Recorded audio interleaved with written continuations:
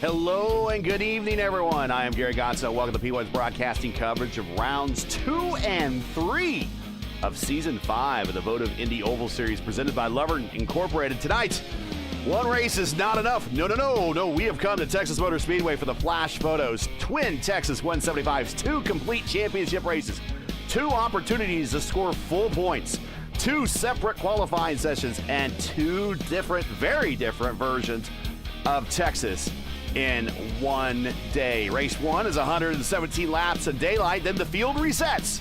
A second session opens and everyone gets 15 minutes of practice, a fresh 2-lap qualifying run, and another 117 laps under the lights. There are full points in both races. That means a driver who sweeps tonight and collects every bonus can leave Texas with 150 points just for one evening. Jacob Oster arrives as the championship leader after dominating and winning the Votive Indy Derby. Casey Provolones is only 7 points behind him. Clindy is 13 points back in third. Also, Kyle happens to be the most successful Texas winner in the Votive history, so he'll be looking forward to this racetrack here twice, 2 races tonight. But there's an important catch. All 3 of Kyle's Texas victories came on the Legacy configuration. The current scan has produced 2 different Votive winners. It's been Forsyth and Edson Santos, and neither one was Kyle. So he's still looking for his first win here tonight at Texas. And then there's race 2. The night setup has been described to us as a kind of combination that will bring back the old-style INDYCAR pack race with cars stacked together at speed with almost no time to think. 2 races, 2 personalities, and 1 very big points night. Welcome to Texas. Joining me as always in the booth is Luis Gonzalez Nunez. Of course, Luis won the first recognized ever Votive race at Kansas, and he joins us here in the booth. Welcome to Texas. A big opportunity for all these drivers tonight for rounds 2 and 3 of the championship. The Derby's behind us. It's now time to get into the rest of the season. Yeah, actually, big surprise for today because we have a new pole sitter for the race. So this is the second time each other, you and I, we've been a doubleheader on Texas. You remember in Elite Racing? Yes. We did a doubleheader, 6 cautions each race, so 12 in total.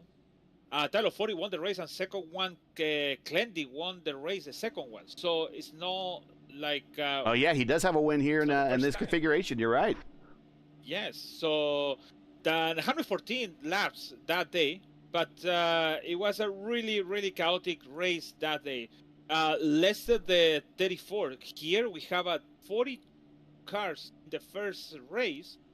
That day, 37 cars only show up in the race on the lead. So that's a lot of people. But we have the faith or the trust. It's not gonna happen. Sorry for chat. But I hope it's not going to happen. Something same we've seen on Milwaukee last Thursday night. So been a rough week at Milwaukee. I hope it's going to be a good race. And we have a new pole sitter with Clay Kulkenbauer on the pole. And there you see the rookie points, or the rookie of the season, the Ross. Roden F-Tink, Penn Van Gastel, Brody Mormon, Alexander Russell, Chris Samard, who is with a new team today. We'll talk about that. Logan Spath is in 7th. Let's get tonight's starting lineup.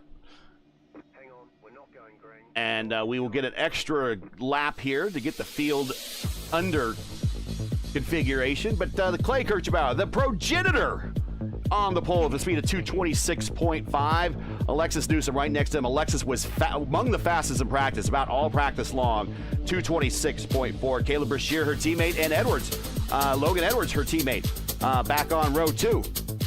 Then we have Russell and, well, the prodigy. There we go. There's the prodigy. Andy Kirchbauer, row 3. Ty Quill and Casey Provolones, row 4. Seb Alexander still in his livery from, I believe, now he's back in the right livery. I thought he had his livery from the Elite Racing League. And AJ Musselman back on row 5. AJ needs a good race. He's been having some struggles lately, and I've been rooting for him. There's Chad Simpson. Roden F-Tink, your Ross leader. Old and Slow Murph back from vacation. Mason Mitchum, Trace Shadid, Josh Ford. Points leader, Jacob Oster. And right next to him, third in points, Clindy. We'll watch that row in row 9. Ricky Paz, the Maestro, and Fields in row 10. Forsyth and Reed, Butch Davis on a new team. Or a new association, actually. Primetime John Stellard, row 12. Rashad Craig Costner in row 13. Chris Simard, he's also on a new association as well with JT Smeaton making an oval start before going to Talladega on Wednesday in INDYCARs in row 14. Gary Lovern with his first win in the Horizon Series last Wednesday. He's back on row 15. Tristan Fortin, former winner in the Votive Indy Oval Series at Michigan, he is in row 15. Stouffer Taylor, Durazo Santos, Pim and Jacob Collins, Logan Spath, Brendan Lichtenberg, Robert Malechka, Andrew Wood. Oh, there's some big names coming from the back there. Shane Coker and Hugo Gallus. 42 cars. Get the weather off the screen here. It's a lot. It's the third time we've been in Texas, actually. First race, season 2, I think so. Can I see third? Yeah, season 2. Santos won the race, Clendy the pole position that day, and the second one, I'll let you later. Yeah, we had Texas round 1, season 1, round 3. Forsyth over Josh Ward and Nick Wheeler getting ready to go green. Here we go, green for race 1 of the Flash Photos Twin 175s here in Texas. And Clay Kirchenbauer wasting no time, but here comes Caleb Brashear. He's going to try to lead that I-5G train to the front down the back straightaway. Very good restart for everyone. I think it's making really impressed the way they restarted. Texas restarted in the middle on the track. Is middle on the before you cross the line is really difficult. That is tough. So good job for everyone. And Brashear to the point, followed by his teammate Alexis Newsom. The progenitor's prodigy, he is now up to third. Indy Kirchenbauer, he is wasting no time. Logan Edwards is broken out in front of the group as well. So right now it's a bit of a 3-on-1 handicap match. Indy Kirchenbauer, purple lap. Jacob Oster, purple lap, 226.5. Remember, these cars have a little bit more boost here now, so a little bit faster lap times. You saw that in the starting lineup. Lap 3 of 117. Thanks for joining us, everybody. Make sure to hit that like button, share, subscribe, ring the bell. And remember, this is a first of two. We're playing 2 tonight. Christopher, purple lap. Oh, you're right. This season 1 is one race. Yeah, I didn't see that one. The second one I mentioned, season 2, Edson Santos won the race. Yep. Clendy from the pole. And season 4, no, season 4. So we have season 1, round 3 on this scan. Then season 2, round 5 on this scan. That was Edson Santos over Mark Murphy and Hunter Smith. And then season 3, round 5 on the legacy scan. That was Clindy over Antonio and Liam O'Sullivan. And don't forget the 2 races that they've held in the offseason, which are non-championship points races, but wins and stats count from those. Oh. I know. It's a whole separate line that I have to track on everything now. The new 2 non-championship races were also on the legacy scan, and those were both won by Clindy. Yeah, the off-season. Yeah, I remember. So there is kind of precedent in IndyCar history. I was looking back that some of the early days of AAA, all those wins by those drivers are considered non-championship wins. And a very good example of that is go back and look in the 1911 Indianapolis 500, the first Indy 500. Who won that? It's Ray Haroon. So you would expect on the list of winners in IndyCar history to see Ray Haroon on the list with at least 1 win. That is not the case. That is a non-championship win, but he is credited with winning an Indy 500. It's still not any less important. So that's kind of what Votive is doing here with those non-championship races in the offseason. They're letting them count, but they're just not worth points in the championship lineage. So they're kind of doing a hybrid of what INDYCAR is doing with those early AAA races. As Caleb Brashear goes to the point, here comes Casey Povolonis. He's up 5 spots, and Chad Simpson, he is up 7 spots, Lewis. He's a man on the move. He loves these double dogleg quad ovals of these. Remember, his only win here in the series was at Charlotte, and that was a heck of a finish there at the end. Yeah, actually, we have to mention, I know nobody want to hear this, but Clay 8 down, now 7 down side by side with Murphy. But man, I think if you're gonna be on the pole, you have to push it on the pole and keep it the position on the front, like Caleb Brashear is doing now since lap 1 or 2. Yeah, he was right off the bat. Ooh, sorry, yeah, that was Jacob Oster. Jacob Oster about kissed the wall off a 2. Our winner from a couple weeks ago at the Derby. He's up 6 spots.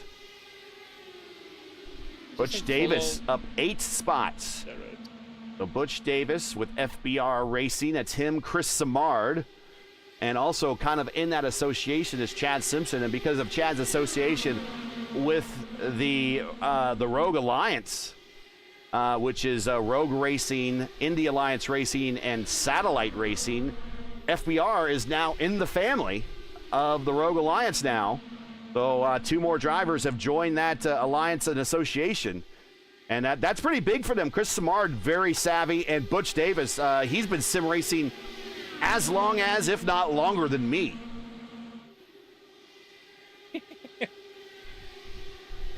I can't tell you. Sure, with yeah, I know. Anyways, I just checking something on the chat, so that's why I like hear that thing. AJ Smithon, 28, getting over there, and also the big guys on the back, Maleska, even Jacob Collins, I can count him like a big guy on the back. Still in 39. Robert is not moving in 39. It's still 39. 38. Littenberg 40. They don't move it. They don't gonna make it a big move. I don't think they're panicking right now. But this is interesting, and we do see Rick Ravon checking in chat.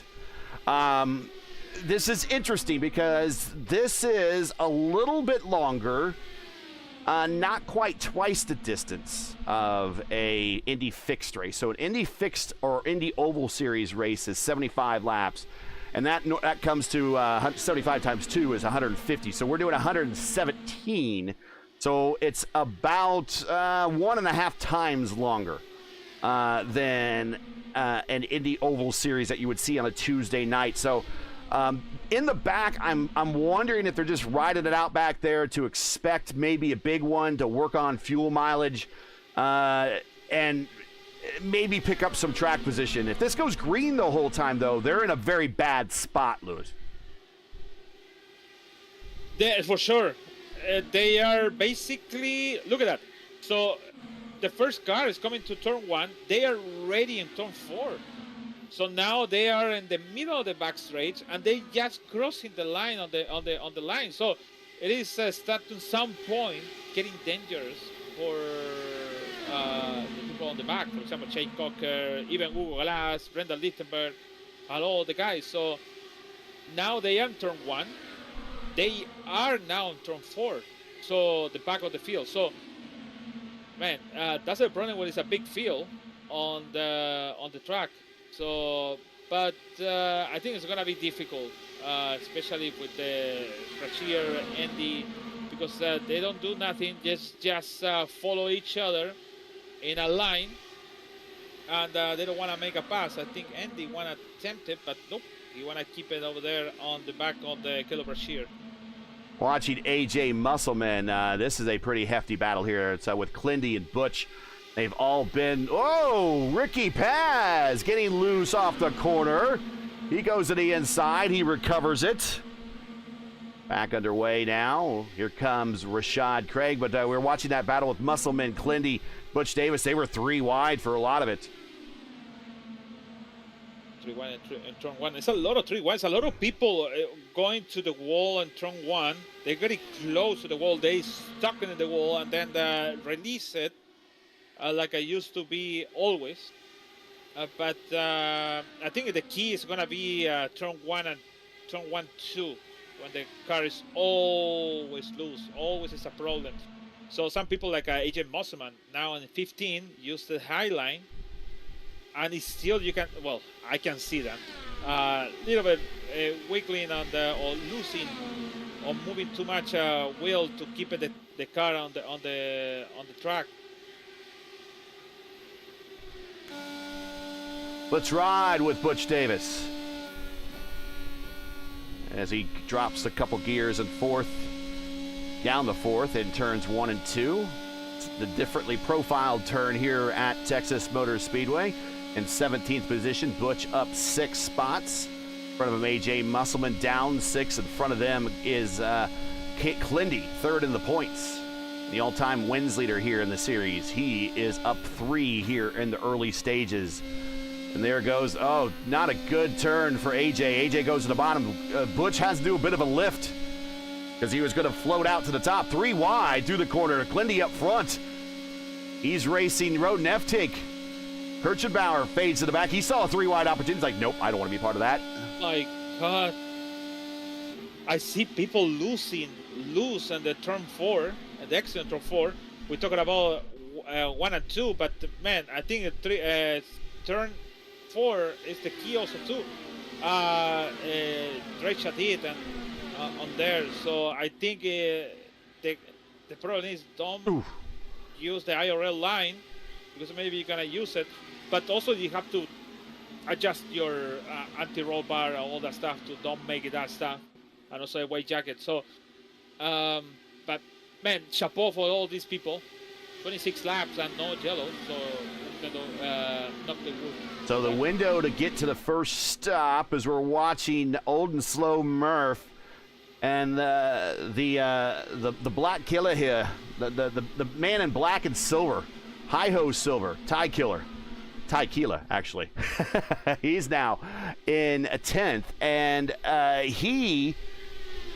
these guys have fallen now back down in the order a little bit. Down 3 for Ty, down, but up 4 for Murph, and Russell down 6. So the masked man, Ty Quilla, he is trying to find his pacing here. He's not really getting it down right now. Murph, he's up 4, so Murph has definitely found the touch. Rest and relaxation has painted him well. Here comes Josh Ward, the inside of Alexander Russell. Whoa, slides up there, slams the door on him. Russell's going to lift a little bit, and here comes the other Pink Panther with Clindy right behind him. I see Craig Forsyth keys the wall, make a sun scratch on the wall. So I think he's in trouble on the car. Somebody's blinking in front of him. It is Forsyth. But start to get his struggle with the people with the tires and 102 Fahrenheit on the track now. So the window for the first stop is, if anyone could do a one-stopper, and that's going to be a lot of caution. I don't think that's going to happen at all. But we'll see. We'll see. Lap 58, 59, somewhere there. If someone can do a one-stopper. And there's the first caution. It is Dan Durazo and Ricky Paz. The Cat and the Maestro are coming to a stop at the entry of turn 3. Yeah, Durazo used the high line, and I think Ricky Paz didn't realize Durazo came from the high line, and he crossed the door. And that was right next to, I believe, Edson Santos. Now, the thing that happened there, the good thing, if there was any good that came out of that, is they stayed up against the wall and everyone was able to bypass to the inside and miss the contact. But we are under caution at lap 31. Very realistic crash, to be honest. And this is exactly when I thought people might come to pit road. So A two-stopper, the window opens right around lap 39 to 70, lap 39, excuse me, exactly at 39, and then pits at lap 78. That will get you home. This is more of a three-stop strategy now. 29:30 for the first stop. We are right in that window right now, so this should get us to about 58:60 for the next round of stops, as we see everyone hit their marks. Huh. Yes. Oh, drag race off the line. Oh, got tight there. Indy was trying to angle for the line. He did not get there. He just got edged out by Caleb Brashear, Freebird. With a win at Phoenix. Legacy Phoenix. His second career win and second back-to-back win in the Indy Oval Series last week at Legacy Phoenix. He's having himself a good week. The Freebird is flying in the desert. Now it's flying over Texas as the leader off of pit road. Indy Kirchenbauer is second. Casey Povolonis' teammate is third. Chad Simpson fourth. And Alexis Newsom in fifth. What do you see out there, Luis? Lucky Andy. He have this like a my God, I forgot the word. Anyways, he tried to avoid the contact with Caleb Brashear and the exit on the pit road, and he entered to the track, and iRacing forgive him. Oh yeah, we did see that. Just he got really close. He did get That's 1 in a million. We can go back and watch it. Can we go back there and watch when he came off of pit road? Let's watch Indy Kirchenbauer on pit road here. We'll try to zoom out a little bit. And that's not going to be the angle I see. There he is, right here, this one. And he comes down, and the left side tires stay on the line. They never clear the line. Oh, I see him. Yes, that was so close. I don't know if we can rewind that. Go back a little bit more. Let's see.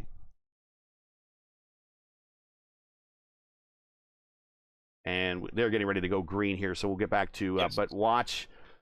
You want to watch the white line up top. I don't have my telestrator queued up, and there's not a white line up there. But you watch. Yeah, it's so close, so close. It was close. Thinking about you're going back to the field. You're going 40 position. That is a new everything from second to 40. There we go. I got my telestrator up now. Okay. I don't have it on the right screen. But that's okay. We will worry about that for next race. Getting ready to go green. We're back at it. And lap 33, now 34 of 117 of the Flash Photo Twin 175s here at Texas. Day-night doubleheader. Rounds 2 and 3 of the Votive Indy Oval Series Season 5. Brashear, Kirchenbauer, Povolonis, Chad Simpson, Alexis Newsom. A little bit further back, Oster, Seb Alexander, Logan Edwards, Ty Quilla, and Mark Murphy, your top 10. Here's a battle for the lead. Kirchenbauer on the outside. Oh, he slides up in front of him. Plenty of room there. Looked a lot closer because they're traveling much faster.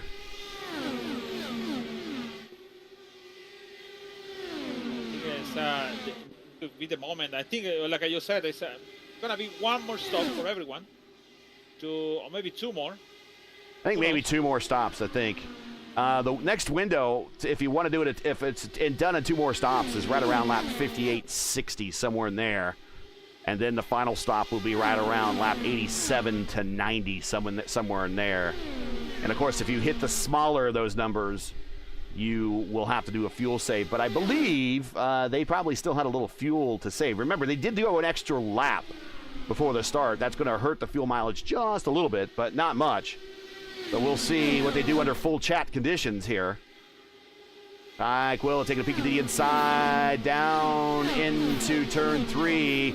Logan Edwards, he's going to out-caution. Oh, no, it's AJ Musselman. And somebody else, but he just out. Oh, Tristan Fortson tumbling down the backstretch. Tristan Fortson getting a big run on the outside. And we'll go back to the blimp shot here because we're going to see what happened. Kind of very similar to what we just saw happen between Cat and the Maestro, and just crowding off the corner. And yeah, this everyone just has that high, all that momentum built up on the high side. Oh, wow. We need to watch from Brendan Lichtenberg's point of view. Yeah, we'll watch from Brendan Lichtenberg's point of view. We actually went back a little bit further than we have to.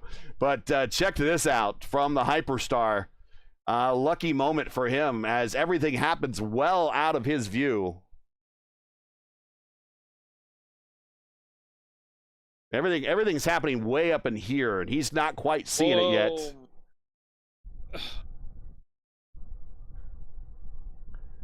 And there's the contact.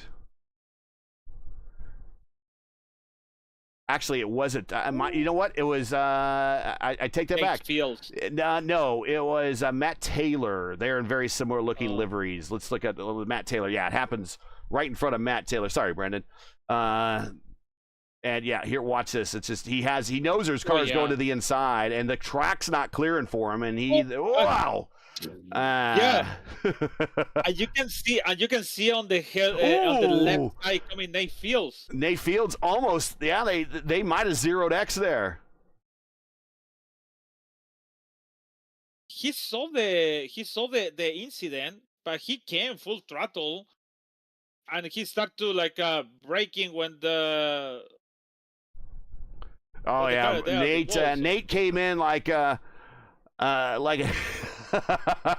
head full of steam. He was I don't know if he just, the foot didn't come off the pedal or what, but he is now he's slowing down. But whoa. And then this other move right here, and whoa.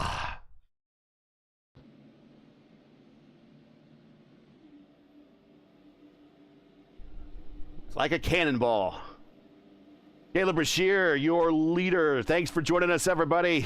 This is race 1 of 2 tonight. Round 2 of the Votive Indy Oval Series, Season 5 Championship. The Derby is behind us. We are now into the rest of the season. Our defending series champion not in the lineup tonight. Anna Klimek not in the lineup. I do not see Anna. So this is opportunity here for Clindy, and this probably will be Anna's drop. And this is probably a good time to bring up, let's see, the points. No, we want to bring in the points table. Here you go. There's the points table. And this is how you can earn points here in the series. There you get 2 points for the pole, 1 point for leading a lap, and leading the most lap. You get another 2 points. 70 for a win, 65 for second. You get 1 drop week, but the season finale at Indianapolis cannot be dropped.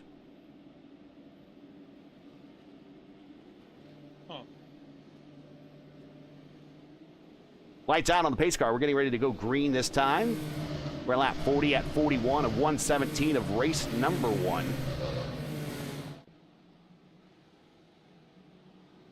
Thanks for joining us, everybody. It is Caleb Brashear will have command of the start here. And Ben behind him, he has 2 VRL teammates. And Chad Simpson from the Satellite Rogue Alliance partnership. And then Team I5G, a former Team I5G driver, and another driver from the Satellite Rogue Alliance. And Seb Alexander, green flag is out. We are back underway. 3 wide, 2 wide behind. Murph got a bit of a drop. Excuse me, Ward got a drop on Murph. And he got the position on the outside. Caught Murph sleeping. Too many vacations. That's too much vacation. Too much vacation. He got sleep, but he can return in he can recover. Sorry, the position soon. On the front, they have so many people going on the front, on the lawn, on the high line, like a Ulster going over there with 11th spot, winning today, 11th position, gaining for Jack Ulster in 6th now. And Oster wants to get to, he's very patient right now. Remember, he wasn't patient at Kentucky. But Sure, he's going to take it back. Look We're at going to go 3 wide. And Logan Edwards, purple lap, 227. Stouffer at 227.5. Now we're 3 wide down the backstretch. Team Hype, Satellite Rogue Alliance, I5G, 3 of the super squads in the community, off of 3 and 4. And we were saying Oster was looking a little bit more patient, but not this way. Not when he's going to take it 3 wide, but you can do 3 wide through these corners. And they are taking advantage of it. Oh.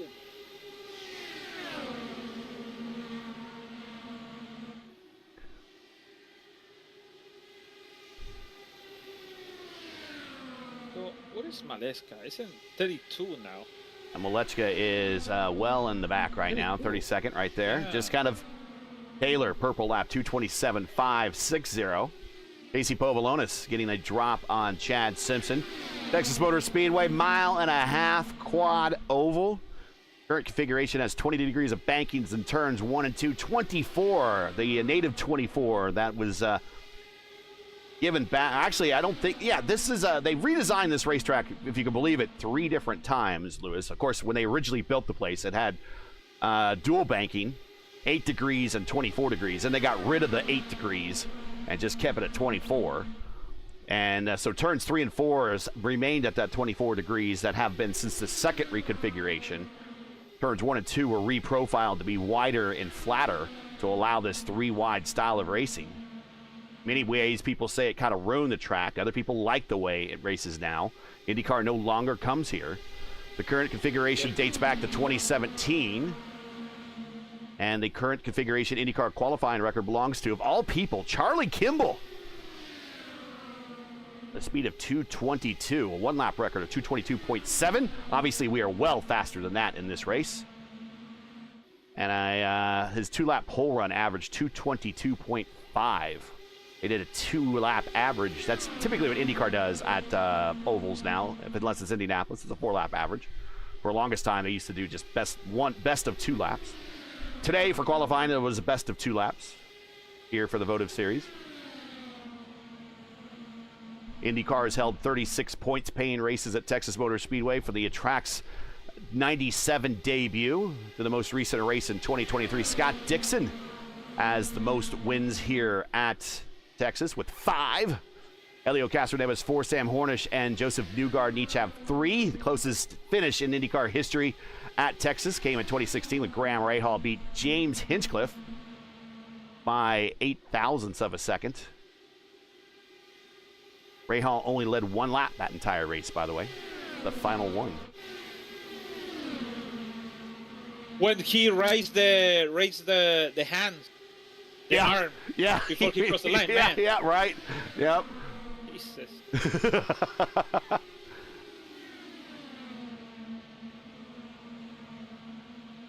And Murph clears Butch Davis.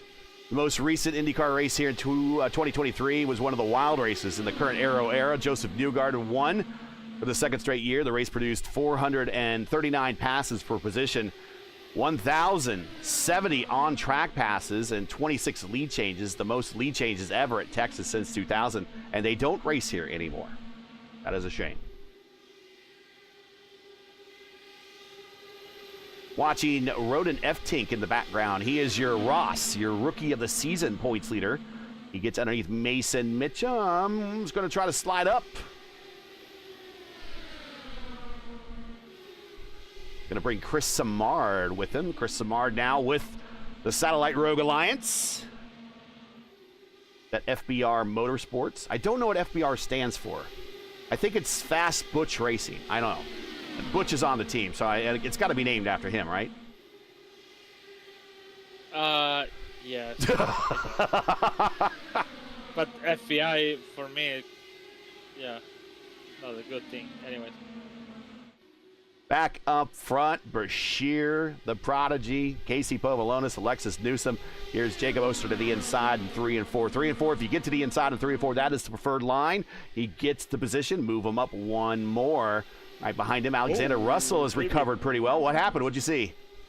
Oh, almost get a contact with Rodin on turn 4. It was close to lose the front wheel. he was in 14, David. Now in 15. The old battle with Roddy and Murphy. Murphy lose a lot of spark. Remember what they have the sleepy restart in the last time, and Josh Ward gained it, and now he's in third. Yeah, well, Ward has moved his way up to ninth now. The inaugural winner, the inaugural champion of the Votive Indy Oval Series Season 1. He's a member of that VRL squad. So we have I5G leading, VRL in second, and now Team Hype and winner of the most recent Votive Indy Derby, the 5th running. He goes to the inside and gets the position and then loses it back down the backstretch. So Indy keeps it. Oster back to third. Casey Povolonis, Alexis Newsom. And then that's Povolonis with Votive Racing. Alexis Newsom with I5G.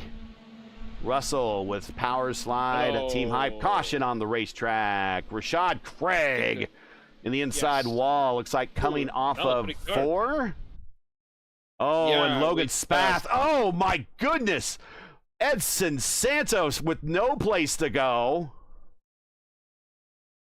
And this is coming actually not off of 4. This is getting ready to go into 1. So let's see what happened here. What?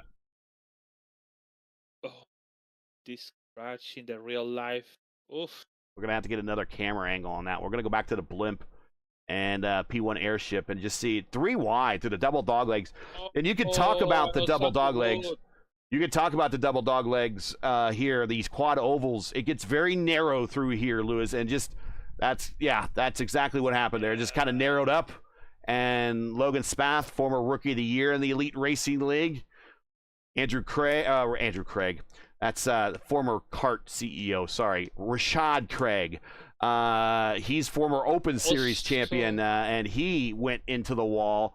And then Edson Santos, who is one of the all-time wins leaders here in Votive. He's a champion in his own right in other series. He just kind of runs in a zone with no place to go. In fact, let's go back a little bit, watch it at full speed from his point of view, and you'll just say there was really no way for him to slow down. Everything happened so fast.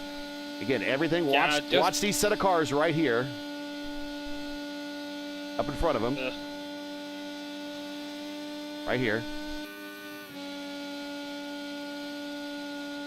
Yeah, no place to go. Just none. Also, Van Gastel, and Andrew Wood involved in the crash too. So Gastel tried to slow down, and Andrew. Oh yes. To see it. Let's go back to the blimp and see what happened to. Oh gosh, yeah, it continued. Here's Pim Van Gastel in the green car. And Andrew Wood, and they're just kind of, in the back, doing reconnaissance racing at this point. Everything's happening right in front of them. They had plenty of time to react here. Oh, and a lot of netcode. Just a lot of netcode. Because he didn't really touch Pim, and that is very unlike Andrew. And 2 more cars involved, unfortunately. Oh, you remember this crash? Paul Dana? Yes. Yes. At Homestead? Was that Homestead? The start of the season. I forget what year it was. Paul Dana went airborne. 203? Might have been. I have to go back and look. I think it's 03. Robert Malechka on pit road.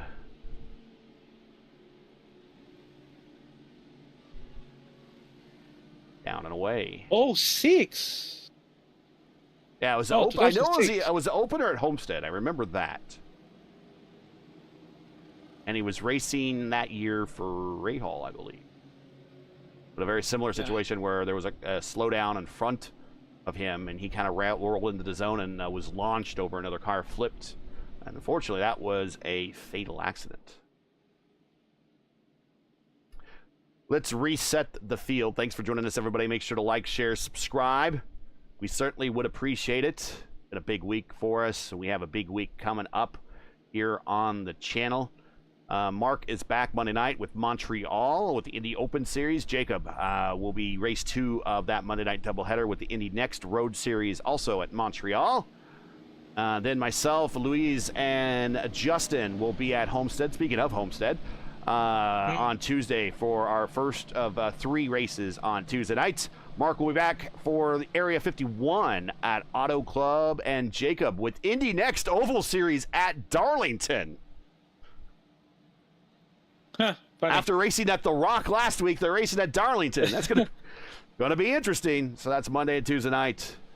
And back to Green Flag Racing. Let's reset the field. It is Chad Simpson, Clindy, Chris Samard, Butch Davis. So the new Alliance members all up at the front right now. 1, 2, 3, 4. They decided to stay out and pick up some track position. They all stopped on lap 31. In fact, everyone back to Forsyth all stopped at lap 31. The first car that stopped on that last round was Caleb Brashear, and he is in position 7. So Caleb might be thinking back to when we were here a couple of weeks ago in the Indy Oval Series in that fantastic finish we had with Brendan Trost throwing out a new set of tires and the last 5-lap sprint just kind of bonsaiing it to the front. Him and Tyler Russell. Well, he might be remembering that.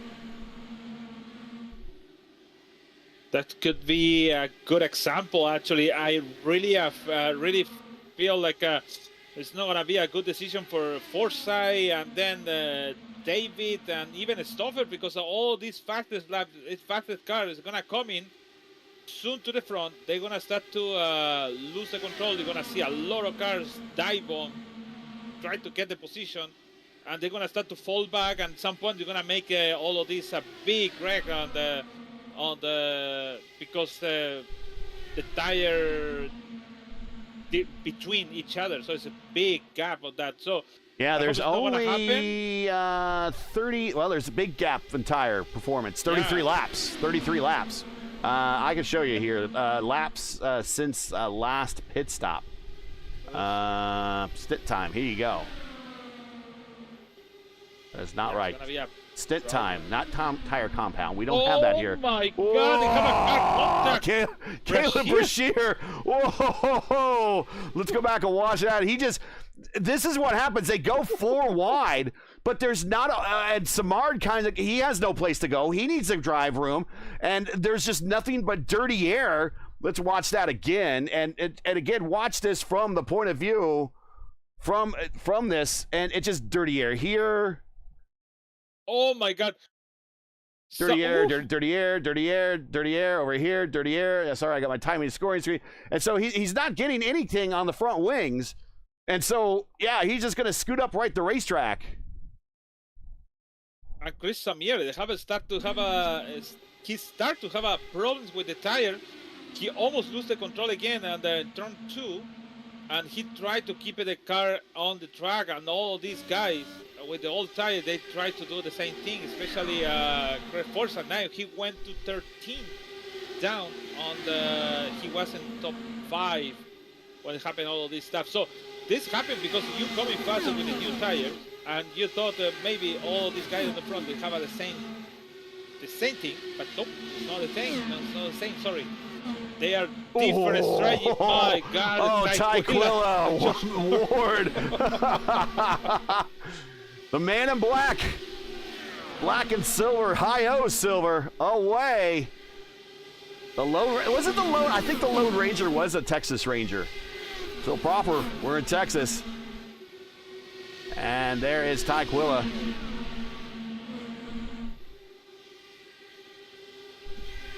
And Chris Stoffer is he was up in 5th spot. He went to the front. Now he's faded. But now we go back up front. It is Clindy running the point now. Chad Simpson just to his outside. Just behind him is Caleb Brashear. Caleb will take that hole. If you leave it open, he will slide the car in there. Simpson goes way high. A little bit of a fade on Oster. Bringing Butch Davis with Casey Povalonis now just behind this group.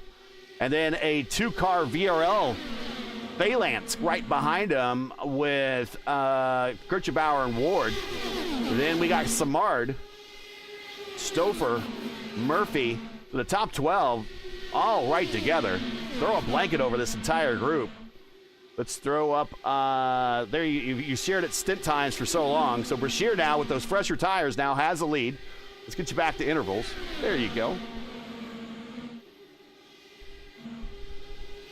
Here's a whole bunch of Team I5G cars teaming up on an Altenna Auto Sport car.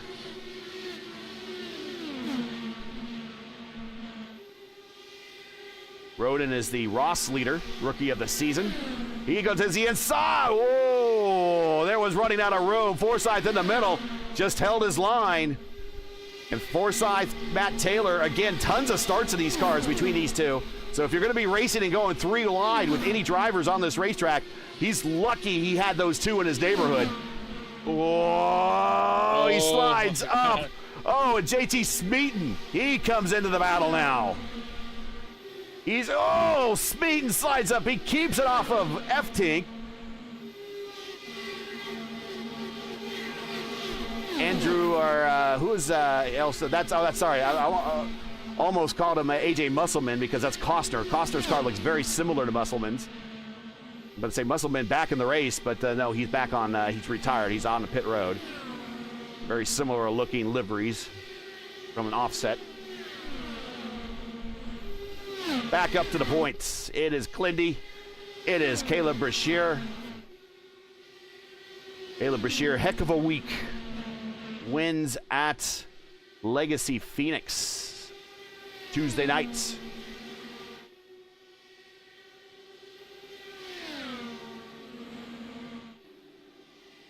Caleb is also your points leader, or one of your points leaders in the Indy Open Series. Yeah, actually, it's close to Locker is close to him, but now we are in the zone on the drop week on the every series on iRacing. Yeah, we're in the week 9, so this is when the kind of the drops start coming into play here in the official series. But not the fixes. But not the fixes. Some people have a 6 races, 7. Locker have a 6. So they have a big chance to take the championship this season if he can make 2 good races in Tuesday night. So what if they have a lot to win Locker? But show up, so maybe gonna show up soon. I think Clenty called it to the pits. Yeah, we will get back on him. This is gonna be interesting. He has room. There's a little bit of a gap. No, not that time. He called it. But unless he was giving ample warning. Oh! Brashear clips one of the double doglegs in the quad oval area. Clindy, I think, is getting in position now. He's behind Brashear. So this would be lap 48 of the current stint for him. So this will be a final stop for him if he comes to pit road. Yeah, I hear he says something, but to be honest, I don't know when he says something is because he pitted in. So I thought he's coming to the pit, but should be coming around 2 more laps, 1 more or 2. But after this, it's good to go. But the problem is he's gonna lose a lap. And I assuming all these people to come in again for 1 more splash. And Clindy tonight has led 9 laps, and those 9 laps have he now passes a milestone. He needs 9 laps to reach 12,000. Oh, got on the wall. 1,200 laps. Excuse me, lad. Seb Alexander. No yellow. Trying to get the camera back on him. Goes to the inside wall. At Clindy, with those 9 laps led, he now has 1,200 laps led in votive competition. 1,200. And that is day done for Seb Alexander, unfortunately. At least for race 1. Race 1 done. So Musselman, you might see Musselman come back for race 2. Seb for race 2. They can reset after this. Remember, race 2 will be at night. Wait, Clenty won on. Let me find out. I think he have an incident. You remember on the elite doubleheader in Texas? and he came back to win the second race. Yeah, I don't think he finished race 1. He got taken out, and then race 2 he won the race. That's his only win there at this racetrack in elite competition.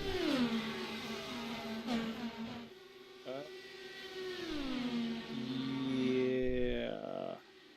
Oh yeah. But with 33 laps down, so I think he have an incident. So after that, he came back to win the second race. Tonight's Flash Photos Texas Twin 175s are brought to you by Flash Photos. Capture the most thrilling moments of your race with Flash Photos, your go-to source for stunning still iRacing photography, whether it's a full send pass through Laguna Seca's corkscrew or a 3-wide photo finish at Michigan. Flash Photos is there to preserve the action for a lifetime. Want to capture unforgettable moments from your league or race? Contact Flash Photos on Instagram. Links are in the description. Want to shout out Hunter Ingrave and everybody in chat. Please shout out Hunter. Hunter just coming out of the hospital. Had a little surgery and had an extended stay there.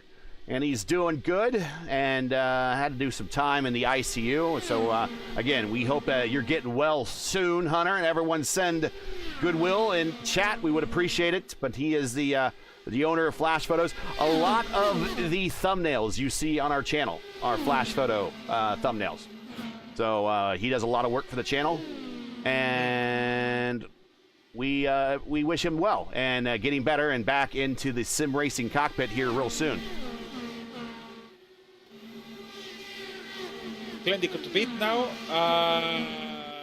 We have Chris Samir. Chris Samard should be, yeah, they're all on the same strategy. So I would suspect also coming to pit road will be Butch Davis and also Chad Simpson. We watched Clindy. To call it. Simpson's calling now. Oh no. Simpson, okay, there he is. But yeah, he's still outside.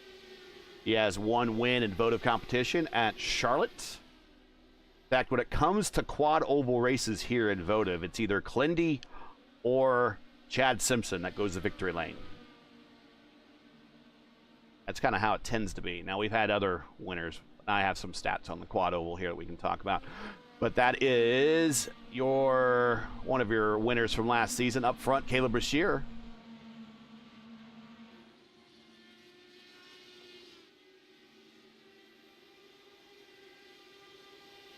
And he is leading by a second over Jacob Oster. Lexus Newsome, Brashear's teammate, is third. Povolonis fourth. Chad Ward. Josh Ward. He is in fifth.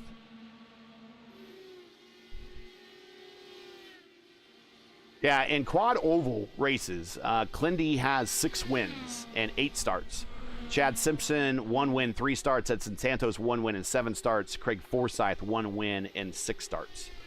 And those are concluding championship and non-championship races.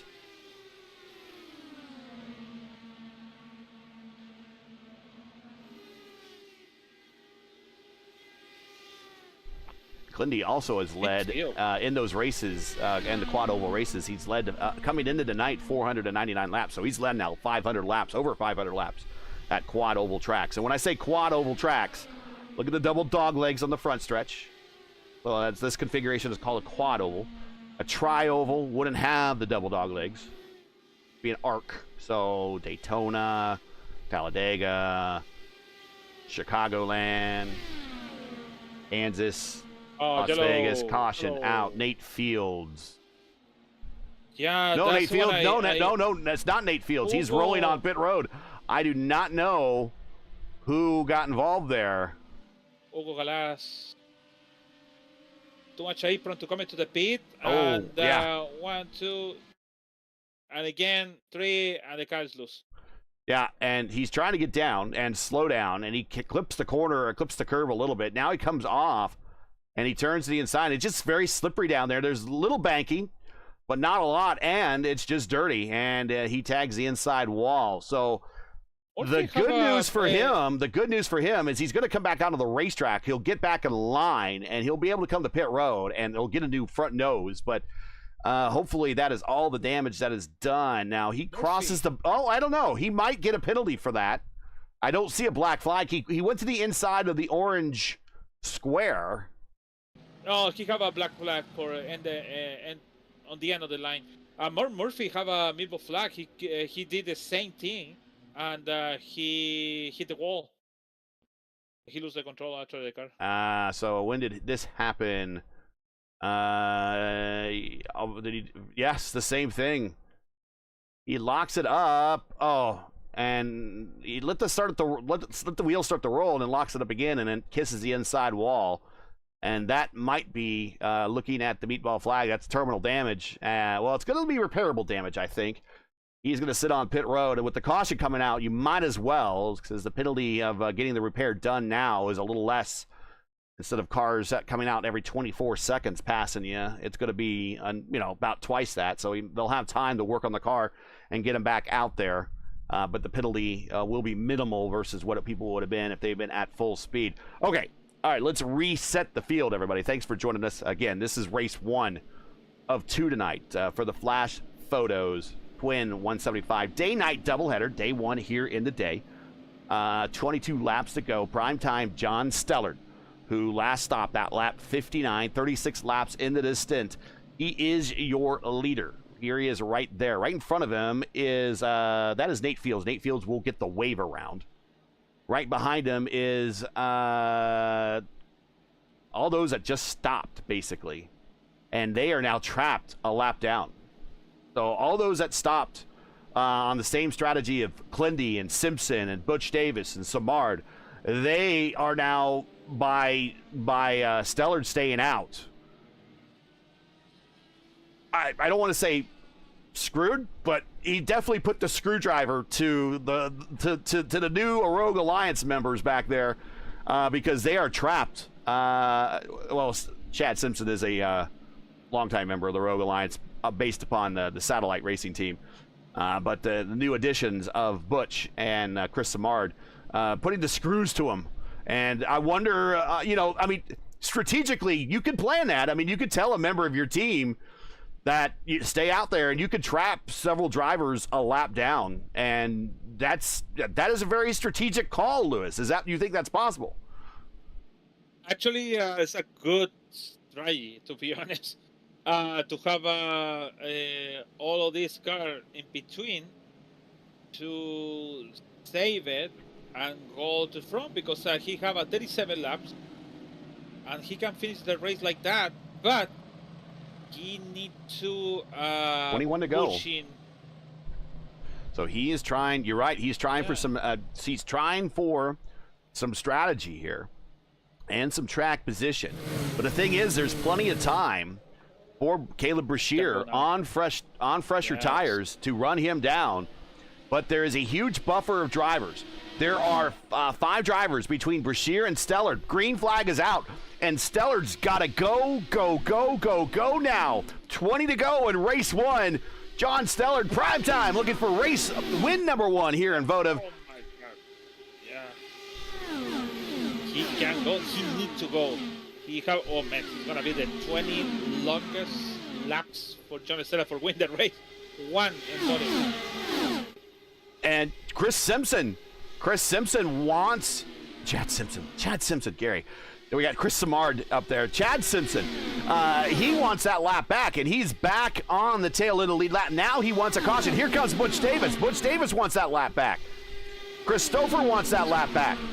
All the while, Stellar just letting him on by, hemorrhaging all of the buffer that he had. Here comes Samard, and here comes Caleb Brashear. Samard, purple lap, 2:27.8. And Brashear takes the lead, and coming all the people, and instead of start to going down, even though the yellow flag is coming down. Man, I know it's a good strategy, but I think also the lap down want to come back, but Brashear is coming furious to take. So now here comes Alexis Newsom to the inside. This is for position with the cars in front of him all trying to stay on the lead lap. So you got 2 teammates, Logan Edwards and also another I-5 Ginger, 2:28.5 to the inside, 3 wide. Caleb Brashear, Stouffer almost bangs wheel with Samard. They keep it off one another. this is really intense racing here with this lap. I want to say lap traffic. They're just at the tail end of the lead lap. Brashear wants to get around him, but, I mean, he doesn't have to push the issue. Here comes Povolonis. Oh, Simpson puts a fade on him coming into 3. John Stella started going down to 9, and we have a Oster, and we have a... Oh, inside, Casey Povolonis. He saw it open, he took it. Simpson tried to block him. Oh, I don't want to say block him, but just give him a little something extra to think about. Oster now, he's broken loose.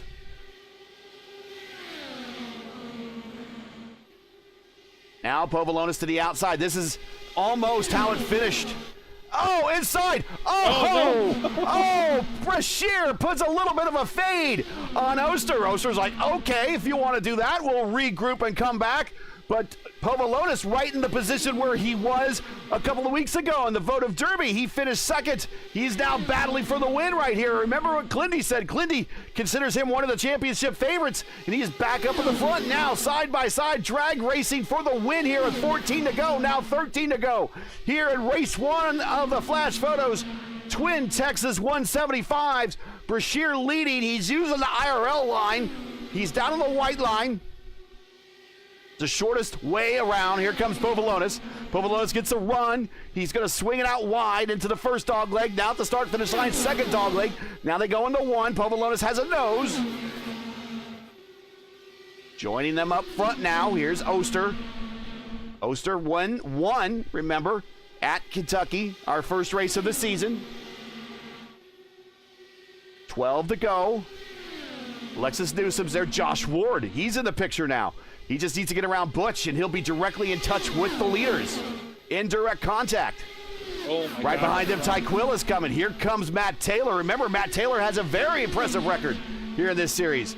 Andy Kirchenbauer, he's not going to wait around. He almost got a late win Wednesday night at Milwaukee and Horizon. Brendan Lichtenberg, another one of the I5G guys. He's up there. He's going to help his teammates. Oh, Ty in the Black Mamba way to the top. Inside, Brashear on Indy. Oh, excuse me, Lichtenberg on Indy.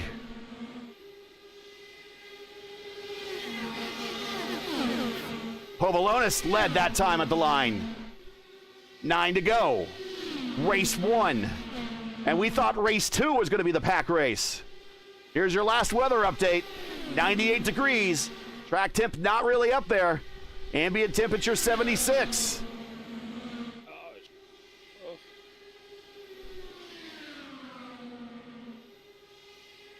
Here's Povolonis up top. Way up top is Alexis. Way down low is Freebird Caleb Brashear. He's going to lead coming off the corner. Here comes Jacob in the inside. Povolonis fades it to the inside. He comes across the top lane to the bottom lane and picks back up the lead. Here comes look at that, Alexis. Here comes Alexis on her teammate. Povolonis fades high. Here comes Oster where the cars aren't. He goes. The contact of the wall. Two of the I5G cars make contact. We're not caution. We're not caution. We are caution.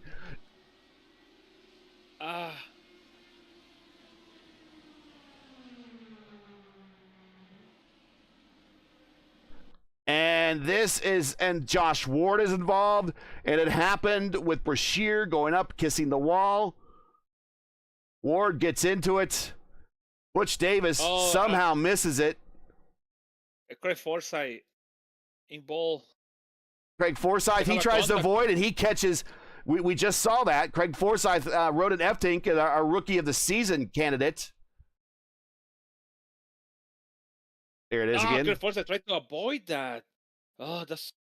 This is all happening in front. He goes to the inside, and I don't know if he react because JT Smeaton really kicked it down there. Just again running out of real estate and very tight quarters. This is not this is only a mile and a half oval, but this is not a very wide racetrack, especially this end turns 3 and 4. So rookie of the season points leader, that's going to impact him. 6 to go.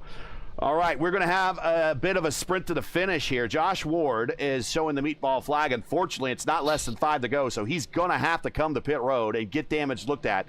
Same thing with Caleb Brashear. He's going to have to come to pit road and get that damage looked at. He has a black meatball flag. Roden F-Tink also has a meatball flag.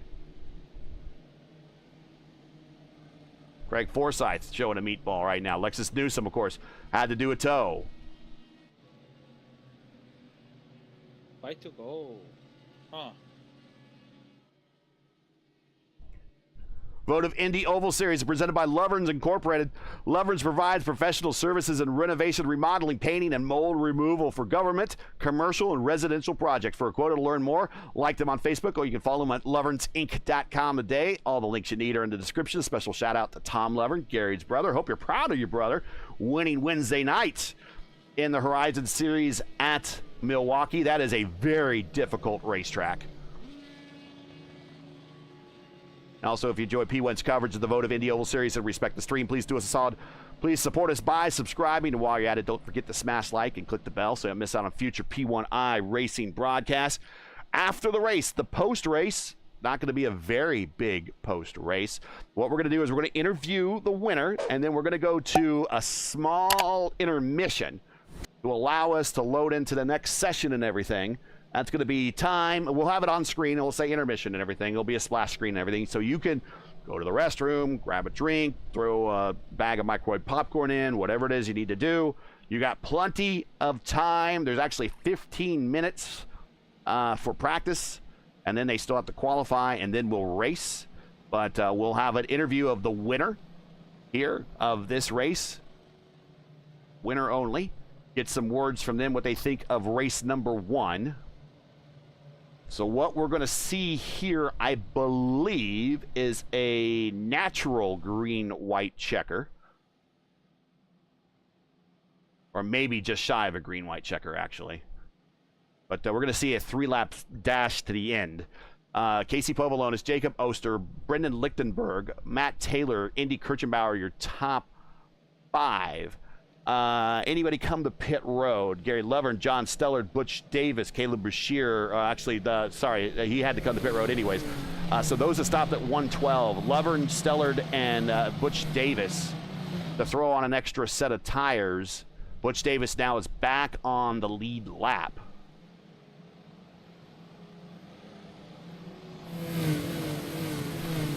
He got lucky. I don't know how Chad Simpson didn't get back on the lead lap, but he's still a lap down. But Butch is on the lead lap. His last car, 21st position. So getting ready to go green. Casey Povolonis has command of the field. He goes slow, goes slow, goes slow, gets into the NASCAR restart zone, and there he goes. It is Povolonis trying to hold off Oster. This is exactly the opposite of how it finished a couple of weeks ago at the Derby. It was Oster winning and Povolonis in second. Now Povolonis looking for that win down the backstretch, and here comes Brendan Lichtenberg. He would like to get his first win here in the series. Povolonis, Oster, and Lichtenberg, Taylor in 4th, Kirchenbauer 5th. It has remained unchanged, coming off the corner now, coming to 2 to go. It is at the line that time. Here comes to the inside, Brendan Lichtenberg, the hyperstar, 3 wide through the corner. In the middle, it is Casey Povolonis, the big cheese. 2 to go down the backstretch. Here comes Indy Kirchenbauer to the bottom side of Matt Taylor. Matt Taylor stays high. We're still 3 wide going through 3 and 4 with the preferred position being Brendan Lichtenberg. Here comes Oster. He goes from the top to the bottom. He knew he had to do that. He wasn't going to have another opportunity. Going 3 wide at the line. Final lap, white flag is out. Brendan Lichtenberg to the bottom. The hyperstar looking for his first win down the backstretch. 2 to white to the IRL line to the bottom. He knows what he's doing. Here comes Casey Povolonis. He might have one last shot at the high side. He's gonna have low. He's gonna have grounded on the low side. Turning for home. Checkered flag is out. Brendan Lichtenberg nips him at the line. 3 wide at the line for race number 1, and we're wadding it up. But congratulations to the hyperstar. 22 thousandths of a second. I think Povolonis loose on the entry on the corner. He left the door open. Actually, he loose in the double doglet. He was loose. and there, and he left the door open to Brendan. Keep Brendan over there, and three-way situation, and almost take the second place, but Jacob Hofster came faster with the hybrid using on the end, and he take the third place.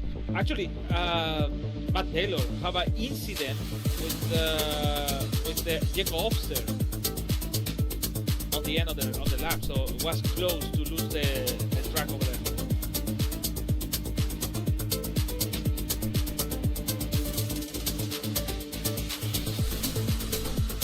All right, Brendan Lichtenberg, Jacob Oster, Casey Povolonis, winner, your podium for race number 1. Andy Curtis-Schibauer, the Prodigy, in fourth position. Matt Taylor, another top 5 for Matty T. Then we got Logan Edwards, Ty Quilla, Robert Malechka, very quietly. Robert Malechka's stealth mode in 8th position. Mason Mitchum 9th, and Alexander Russell in 10th. Sam Coster, very good finish for Sammy. He comes home in 11th. Trace Shadid 12th. Clindy 13th. JT Smeaton in 14th. Clay Kirchenbauer, our pole sitter, 15th. Shane Coker, remember, he started in the back of the pack. He's 16th. John Stellard 17th. Butch Davis in 18th. Jacob Collins, the plain white rapper, comes home in the top 20. 19th. Gary Levert in 20th. Luke Reed, Christopher, Chad Simpson, Hugo Gallus, Chris Samard, your top 25. Caleb Brashear, Roden Eftink, Josh Ward, Nate Fields, Alexis Newsom round out the top 30. Greg Forsyth, Mark Murphy, Sab Alexander, Rashad Craig. Boy, there's some big names right there. Santos, Tim Van Gastel, Logan Spath, The Catalyst, Andrew Wood, AJ Musselman, Tristan Fortson. That's your top 40. I believe we got one more page out. Ricky Paz, the Maestro, and the Cat. 42 cars here tonight. 42 cars, 21 at the lead lap, and I think finished 25. Go ahead while I queue up replays here of Brendan. Your race 1 driver of the race is Robin Maresca. So he started at the last on the back. 39. Now, come on. He wins everything. 8. He wins everything. You want to give it to somebody else, or you really want to give it to Robert? Okay, Matt Taylor. Well, he does everything too. It's your award. You can make it anything you want. I'm just kidding. But no, yeah. that's you're right. Actually, Robert win everything. He don't need to win something else. So I think, yeah, it's gonna be Matt Taylor, sure, for him. Matty T. He is working on a bit of a streak right now with top 5 finishes.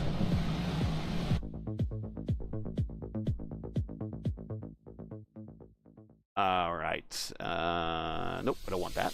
I want that. And there we go. B-roll done. Go to that. So need to, just so I don't forget, make sure I record who the podium was. So I don't forget.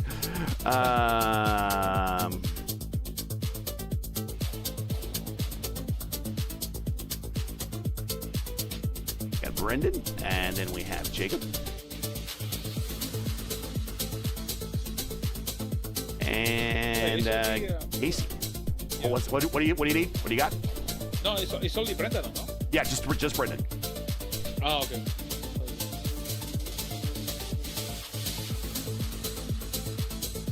If we have time after race 2, we can, Casey and Jacob can pop in and we can talk to them and then get some shout outs in or something. But we don't really have a lot of time to give everyone a proper interview just other than the winner. And we will, here he goes. And there he is, getting his first career Votive win. We just knew it was a matter of time.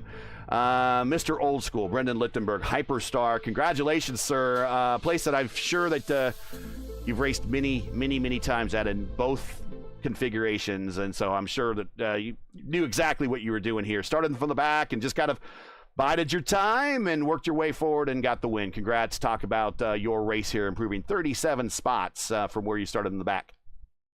Yeah, this one was, I mean, I've only been in the league for a season, so it's kind of hard to say overdue. But it is overdue. I did feel as overdue on my part because I got close last year at Charlotte, and then just the racing hard, and then it just didn't work out. But I'm not gonna lie, like the number of times I've entered these races, and even just like officials, and I feel like I don't really win a whole lot, and maybe it's just something I needed to change. I took a huge risk going into turn one, but you know, I did that knowing with Casey and Jacob, I haven't raced them much at the front in Votive, so this is kind of my first chance to do that. So I had a strong feeling like I was just running the bottom 1 and 2 and making it work, and I didn't see many other people making it work. And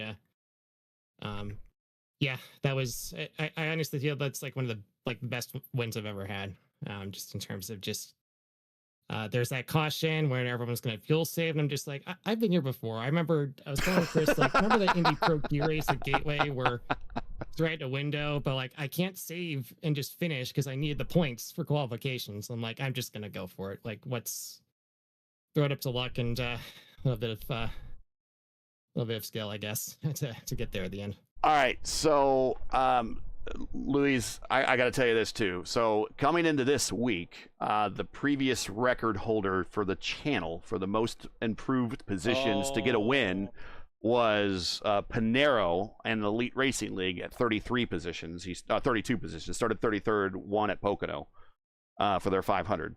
And then on Thursday night, Brian Blauman started 37th and won at Milwaukee, and he improved 36. Well, that record that lasted about a year, and then that record didn't even last 4 days because Brendan just comes back and beats it and ups the record one more time. So that's Brendan, a new channel record, and probably easily a votive record of the farthest back ever to come up and get a win. You got that here today. Congratulations, 30. You improved 37 spots versus the 36 that Blauman did on Thursday night. So you one-upped it, and you are now the new channel and league record holder and the furthest back that a winner has ever come. Congratulations! Shout outs. Qualifying didn't go great, so that certainly wasn't part of the plan. But I'm happy to take that honor. Just I want to thank the team, everyone on i5G, and for doing this.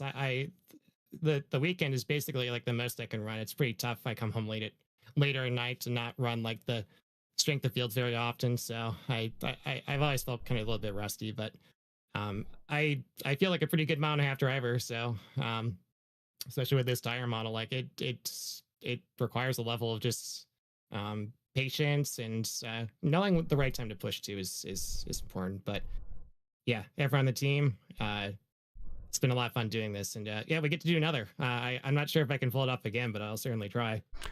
You got another shot to do better qualifying. There's no inverting the field. I think we can improve there a little bit.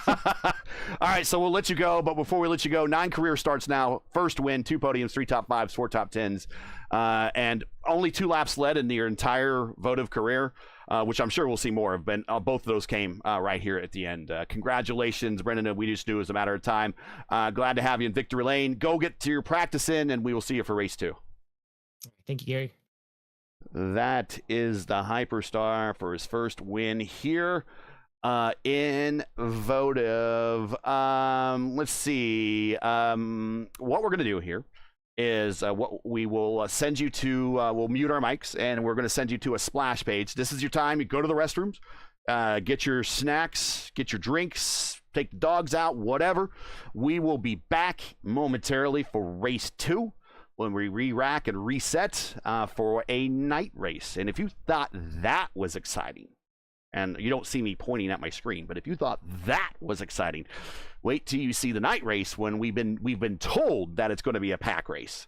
So race 2, Luis, could be very, very spicy. But race 1, your final thoughts before we let everyone go to intermission. Race 1, I thought it was fantastic. We got a nice little sprint there at the end, and overall, it wasn't too bad. I thought maybe that we would be single file with the conditions, and the conditions were racy today. No, actually, it was pretty good, to be honest. I thought it was going to be a very bad race, like a lot of yellows, a lot of disasters, a lot of things. But it wasn't. It was a good race, and Brendan make it from the back of the field, like you said, make a new record over there with 42 cars on the track and just only 6 cautions. But man, 6 cautions with 42 cars, that is really good, to be honest. And then the race was in 1 hour and 1 minute, or 2 minutes actually, too, over there. So good for that. And for now, the track in the night Texas is 84. Very night, 9:30 p.m. on the sim. So it's really dark out there. Like I said, it's gonna be pack race. So see you in a minute. Yeah, and there's Matt Taylor, your Luis Gonzalez Nunez driver of the race. Then we have he improved 27 spots. Casey Povolonis, there he is. He finished third. We'll get him a little extra screen time as well. And then Jacob Oster, your Derby winner, who ultimately probably will be the points leader. And if we have an update on points, we'll try to lead into the next broadcast with the updates and points. But Jacob Oster in second. So here we go. We're getting ready to go to intermission. Don't go anywhere. We will be right back here in a few minutes when we re-rack for race number 2 here of the Flash Photos Twin Texas 175s, the Votive Indy Oval Series presented by Lovers Incorporated. Don't go anywhere. We'll be right back.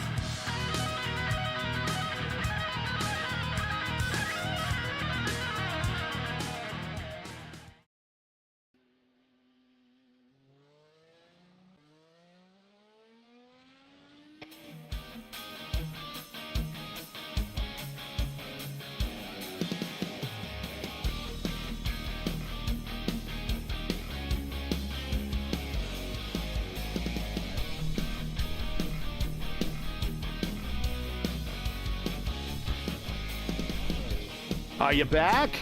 You back in your seats? You get a drink? Say hello to the wife. Say hello to the husband. Take the dogs out. Are you ready for round 2?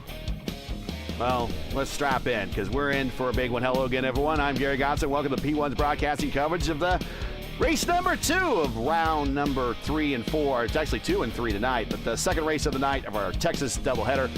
Our Twin Texas 175s, the Flash Photos Texas Twin 75s, Twin 175s, part of the Votive Indy Oval Series presented by Loverns Incorporated. Qualifying currently underway. Let's get the extra overlay off. There we go. 3 minutes and 18 seconds left to play.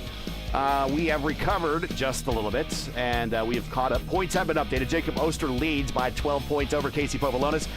Indy Kirchbauer 3rd, Logan Edwards 4th, Glindy 5th, Robert Malechka 6th in points now, Mason Mitchum 7th, Matt Taylor 8th, Brendan Lichtenberg up 31 spots now in the 9th with his win. Josh Ward in 10th. That is your top 10. Anna Klimek, unfortunately not making the race tonight. This is a doubleheader, so you can only drop one of these. So this is going to hurt for our defending series champion. She's now dropped out of the top 10 for the first time in a very, very long time. Joining me in the booth is LGN. Lewis, I don't think you left at all. You've been here the whole time. We're getting ready to do this one more time. It's, I always say nighttime is the right time for INDYCAR racing. Yeah, it looked great, actually. Always, like you said, always good to have an INDYCAR in the nighttime. And look great, actually, with all these cars around the track, make it qualifying. Now with Bush Davis on the top, but it's gonna be changed between drivers. 84 Fahrenheit on the track, super cold. In the all the way we saw like 20 minutes ago with and 104 or 5 or something like that, with now Seb Alexander at the top. So it's gonna be a good race. I hope it's gonna be a good race. We don't want like too much stuff happen on this track. In case you're wondering, yes, there have been real day-night doubleheaders at Texas Motor Speedway, specifically in INDYCAR history. Last day-night doubleheader at Texas, I believe, was 2011. Let's see. If I go back, it was a 2011. I think. Yeah, it was. Firestone Twin Texas 275s. Oh. Dario Franchitti won race 1, Will Power won race 2. I think there might have been one in 20. I think there might have been in 2021 as well. Which one was when they switched the and the same day? They raced in the same day, actually. That was 2011, and that's when did they spin a wheel, and they inverted that number in the lineup or something like that. Yeah, that's what it was in 2011. Yeah, so this has happened before. 2020, I think 2021 they did it too. Scotty D won the first race, and then Pato. It wasn't the same day; it was just the same weekend. And Pato Award won race 2 for his first win. And there is Anna Klimek. She did show up, so that is good. That is very critical for the points championship, as I am still trying to catch up here. As qualifying is getting ready to end here, so I'm happy to see Anna in the lineup. She missed race 1, so that's going to be her drop, looks like, for the season. She is here for race 2, and boy, did she show up big for race 2. Race 2 pays the same as it does race 1, so she gets the pole. Let's get to night's starting lineup here. The race number 2 of the Flash Photos Texas Twin 175s. Easy for me to say.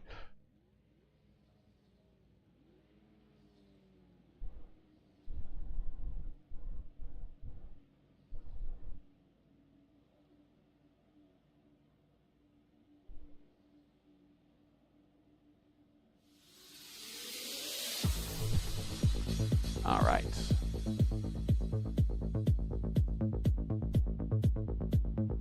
Anna Klimek on the pole, 226.7.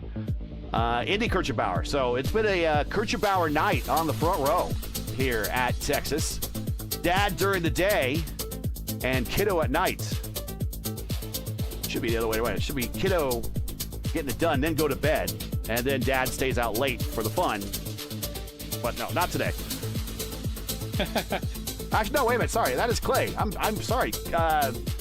Old man is, yeah, old man did it twice. I thought that was, I'm seeing the gold car on the grid, and I'm mistaken. There is the gold car right there. That is not on the front row. Clay, Papa, the old man is partying tonight. He is lining up second. So, pole sitter race 1, outside pole on race 2. Ty Quilla, Mason Mitchum, row 2. There is the prodigy. And Edson Santos, who got caught up in an incident off of turn 4, I believe, in race number 1. He lines up in row 3. Alexis Newsom, Casey Povolonis, who finished in second on race number, actually third, excuse me, in race number 1. He is in row 4. Caleb Bashir, who wrecked in race 1. And then we have Old and Slow Murph back in row 5. We're going to go one extra lap. Glendy, there's in row 6 with Alexander Russell. F-Tank and Simpson. Smeaton and Taylor. Seb Alexander, Butch Davis, row 9. Primetime John Seller, Chris Samard in row 10. AJ Musselman looking for a much better race out of this second race. Rashad Craig right next to him. The Cat, same way. Craig Forsyth also ended race 1 early in row 12. Gray Shadid, Treston Fortson. Treston ended race 1 early. He wants to make this one last longer. And row 13. There's a winner from race 1, Brendan Lichtenberg. Looking for the sweep. Nate Fields and 14. Pim Van Gastel and Costner in row 15. Stouffer Reed, Lovern Wood, Collins Paz, Spath and Edwards. Robert Malechka get in the back. Oster also starting from the back. Coker from the back, and Hugo Gallus also from the back in row 21. 42 cars again. 2 cars again, yeah.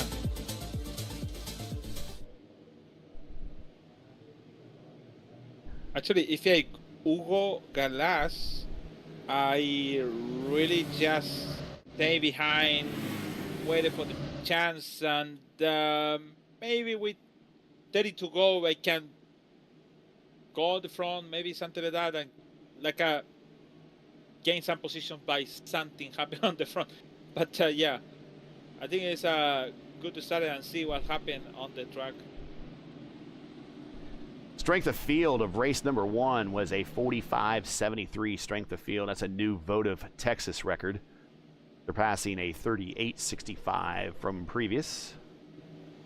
Caleb Brashear dominated laps led with 85, but finished 26th. Casey Povolonis led 9. Clinty led 9. Simpson 4. Primetime John Stellard 4. Prodigy led 3. Brendan led 2. Of course, he won on one of those laps. Jacob Oster only led 1. It is Clay Kirchenbauer's first career voted pole in race 1.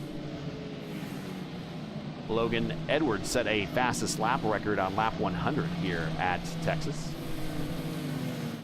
A 23.6 previous record was Tanner Richards with a 24.3. Some records that we have from race 1. 43rd race in race history. This is 44th. 36 championship races, 37th. Getting ready to go green.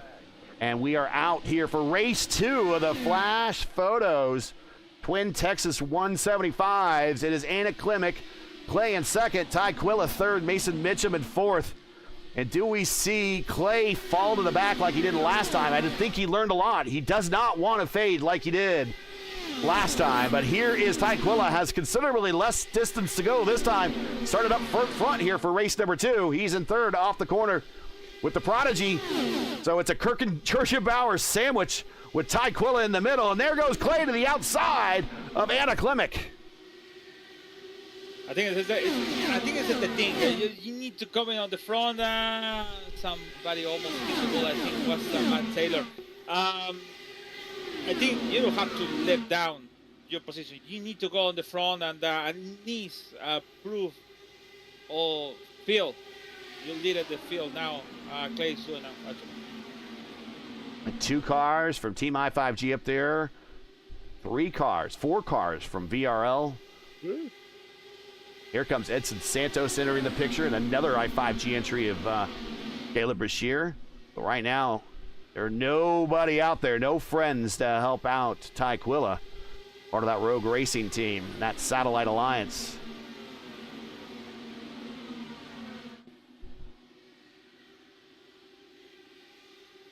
Oh, big wreck to the inside. Mason Mitchum, and Caleb Brashear. We are not cautioned. We are now cautioned. I was looking away. I looked down momentarily, and I look up, and we had 2 cars tumbling to the inside wall. Let's watch this again. We'll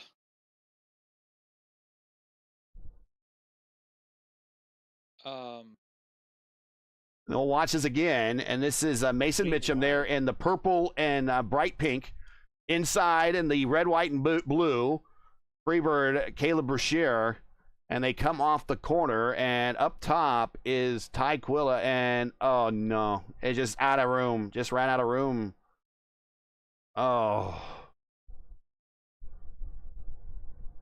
Kenny Brack.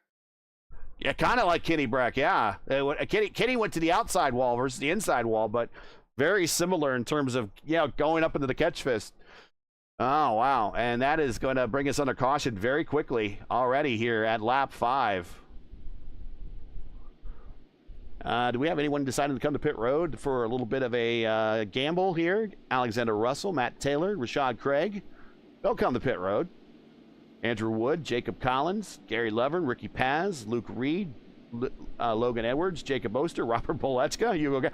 Everybody in the back is coming in. And that's not that is not a bad move at all, Lewis. Just at this early in the field, you do have tire limits. There's 4 sets of tires, so maybe they don't throw on a new set of tires, but they definitely top the tanks off and hope for some luck.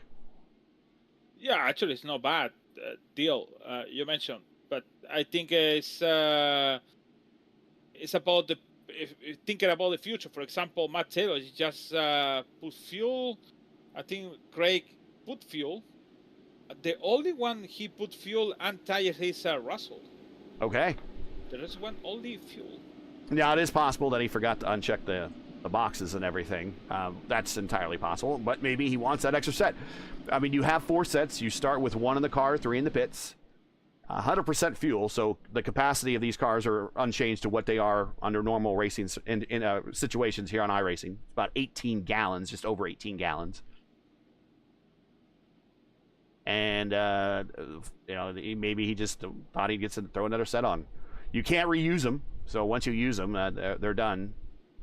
I know in some racing, they typically allow you to throw them back on if you want to, like scrub set, but they don't do that here in iRacing.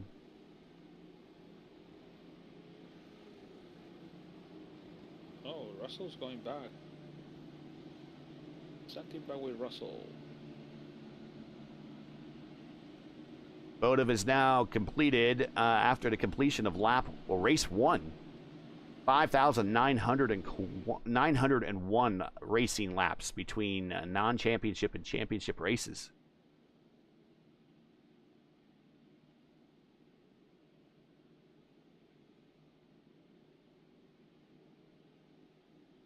The 4th caution lap of race number 1 was career caution lap number 650. Shane doesn't want to hear that one. Updated Votive totals before the green flag here. 5,901 race laps, 206 cautions, 661 caution laps, and 878 late changes coming into that event. And 88.8% of all Votive races. This is the one he does like to hear. 88.8% of all Votive race laps have been completed under green flag condition. Getting ready to go green here for race 2. Coming to lap 8. We're at 7 of 8. The ladies lead. It is Newsom and Klimek. Kirchenbauer and Kirchenbauer. That is not a legal firm. That is father and son. There are 2 ladies and father and son, and 3rd and 4th, and Ty Quilla in 5th. That is your top 5 to start here Lap 8, race 2. First yellow. Yeah, good restart for everyone, I think. But in some point, it's gonna be again pack race, pack side by side with everyone. At some point, it's gonna be over there, everyone to fighting for the race. It'll be excited, actually. I don't know. Actually, inside the car is not excited. Actually, it's very stressful. Here goes Chad Simpson to the inside of Clindy. Clindy lets him go. Al Simpson will set sail for Roden Eftink, looking for a better race than how his first race unfolded. Simpson looking for a better finish too. He got caught a lap down. Goes to the inside of Eftink. Here comes Seb to the inside of Clindy.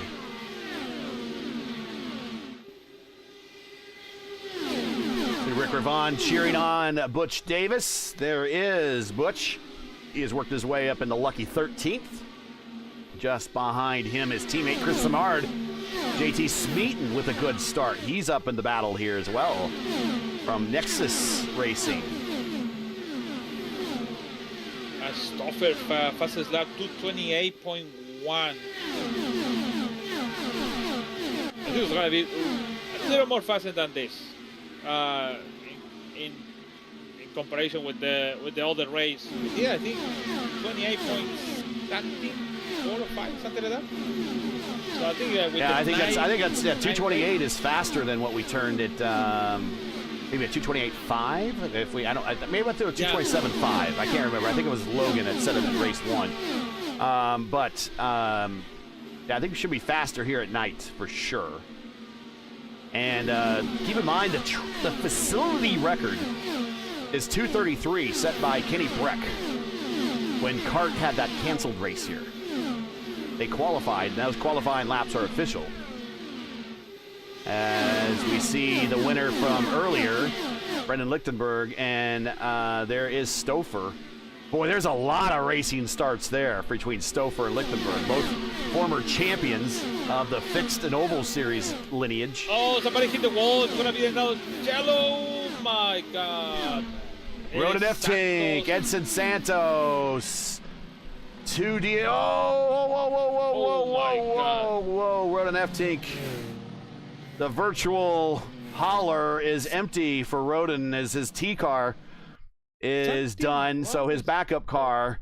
And let's see what happened. Oh, gosh, something happened to Edson Santos, who shot right up the track. We'll have to watch that again. We'll go to the blimp from the P1 airship. Oh, that's weird. Oh, he went to the bottom very quickly, got loose, and went to the apron, shoots back up the race. Almost nails Seb Alexander and just into the side of Eftink. We got to watch this again. And again, we'll go from higher in the blimp view because you can see what happened with Edson. We'll circle here. Here's Edson right here. But you're going to watch him come off the corner, and then all of a sudden he just starts getting squirrely. And I think he makes an aggressive move to the inside, and the back end just never really plants itself.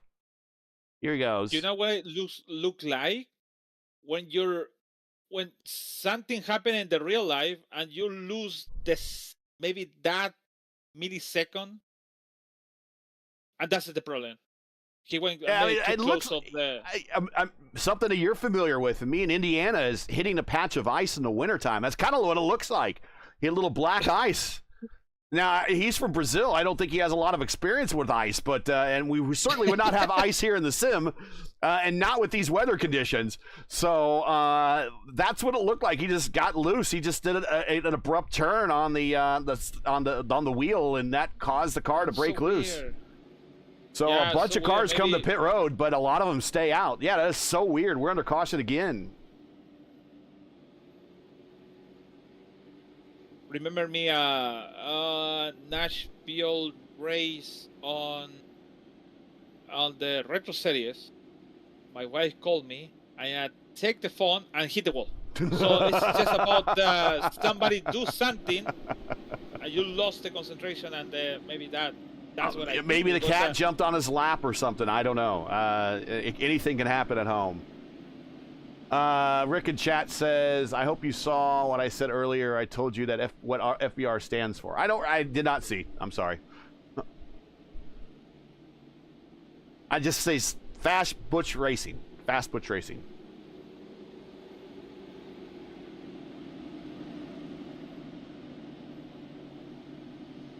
So we are under caution here at lap 17. Thanks for joining us, everybody. You are watching race number 2.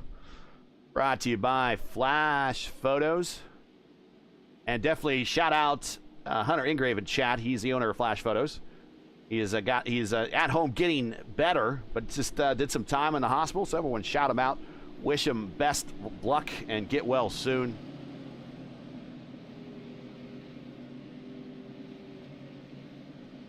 But if you would like to have the most thrilling moments of your race captured with Flash Photos, they're your go-to source for stunning still iRacing photography, whether it's a full send pass through Laguna Seca's Corkscrew or a 3-wide photo finish at Michigan or 3-wide photo finish here at Texas. Flash Photo is where you go to preserve all of that action for a lifetime. Want to capture an unforgettable moments from your league or race? Well, you need to contact Flash Photos. You can contact them on Instagram. All the links you need are in the description. And again, best of luck and get well to Hunter Ingrave, the owner of Flash Photos. Also want to thank Loverns Incorporated for sponsoring and being the presenting sponsor of the Votive Indy Oval Series. Renovation, remodeling, painting, and mold removal services for government, commercial, and residential projects. Get a quote to learn more. Like them on Facebook, follow them, or visit thelovernsinc.com. Link is in the description. Special shout out to Tom, owner of Loverns Incorporated. Green flag is out. Back underway. Lap 18 of 117. Newsom, Kirchenbauer, Simpson, and Davis. Battle legal Anna firm. Clemic is the leader of the second pack, and she's gonna go and followed by Taquilla on second place. They go around Pim. On the second strategy. Yeah, they're on the second strategy, so they all pitted at lap 15. And that includes all those that pitted early in that very early caution. Draw those in the back, including Malechka, Craig, Lovern, Coker, Reed. They all came to pit road early, so they came back down again and topped off. Maybe threw on the tires this time. Alexis Newsom is the leader. Alexis was having a very good race until got caught up in an incident, unfortunately, with her teammate. Little fratricide going on in race number 1, but back up front. It's former Lionheart Speedway Series champion. Man, I miss the Speedway Series. It was so fun, man. Lionheart, if they have nothing else, needs to bring back the Speedway Series. George said, if he can find somebody to handle the sim gaming next, he can bring back the Lionheart. But he's not going to give up the Sim Gaming Expo. That's too much work there. I think Lionheart's on permanent hiatus. That was the preeminent fixed setup IR18 league in the community for the longest time. Of course, Alexis won a caution-free Indy 500 in the IR18. I think season 10 of Lionheart. 2 wide coming off the corner. Butch Davis to the inside of the Prodigy. The old-timer showing the youngin' how it's done, and he's going to follow his teammate, Chris Simpson. That's nice I did it. That's Chad Simpson. Up to the lead. what's Chris Simpson? I don't know. It's just me late on a Sunday night trying to get through a race. I should know better. I like Chad. Chad's one of my guys. I like him. Chad Simpson now takes a peek to the outside of Alexis and slices across her nose once he's clear and move Chad, winner of the Votive race a season ago at Charlotte, to the lead, but not so fast, my friend. Alexis Newsom back to the points. Car on the apron coming off a 4. Not sure who that is. Mason Mitchell. Mason coming back from 40. He's just trying to make laps out there.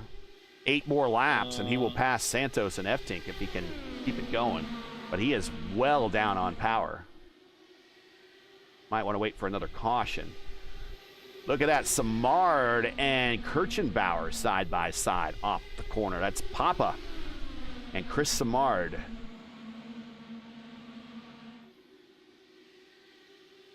It's coming. Tyquila now is in 10. He left. Okay, so Rick Rayvon says FBR stands for Eft Beyond Repair. Final Beyond Repair. Let's say that. Final Beyond Repair. No fixing it. FBR.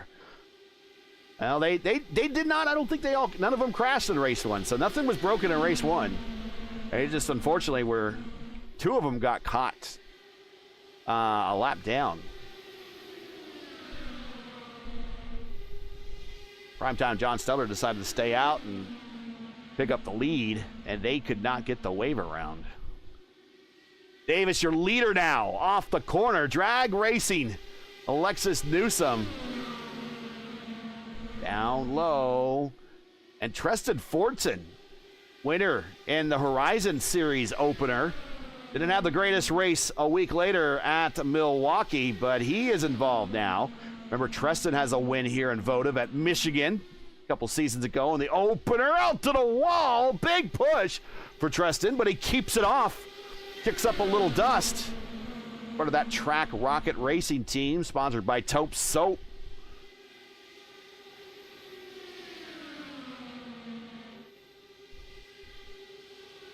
Durazo is one of his teammates.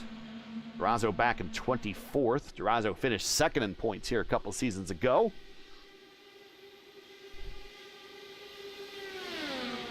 Chad Simpson, there he is. Because I called him Chris so many times, we're going to ride with him. Chad Simpson, 225 into the speed trap. Actually lifts a little bit before getting there. Up to the top side, drops the 5th gear. Riding yeah. Treston Fortune almost giving the wall a little bit of a Texas kiss. Off the high side, head full of steam off the corner. This is where it gets narrow, right through here. Right through these double dog legs. Then it widens up going into turn 1, nice and wide. Alexis Newsom down low, Butch in the middle. Treston Fortune way up top. Treston tucks back in line behind Butch. It was with Ty Quiller apologized with Edwards in the 3-way. We'll ride. That was with the Black Mamba and Hi-O Silver and Black and Silver here. Ty Killa. Oh, big lift, big lift, big lift. But Treston Fortson, big blink. Big blink, he's back in it. He about had a drop. He had about a DC.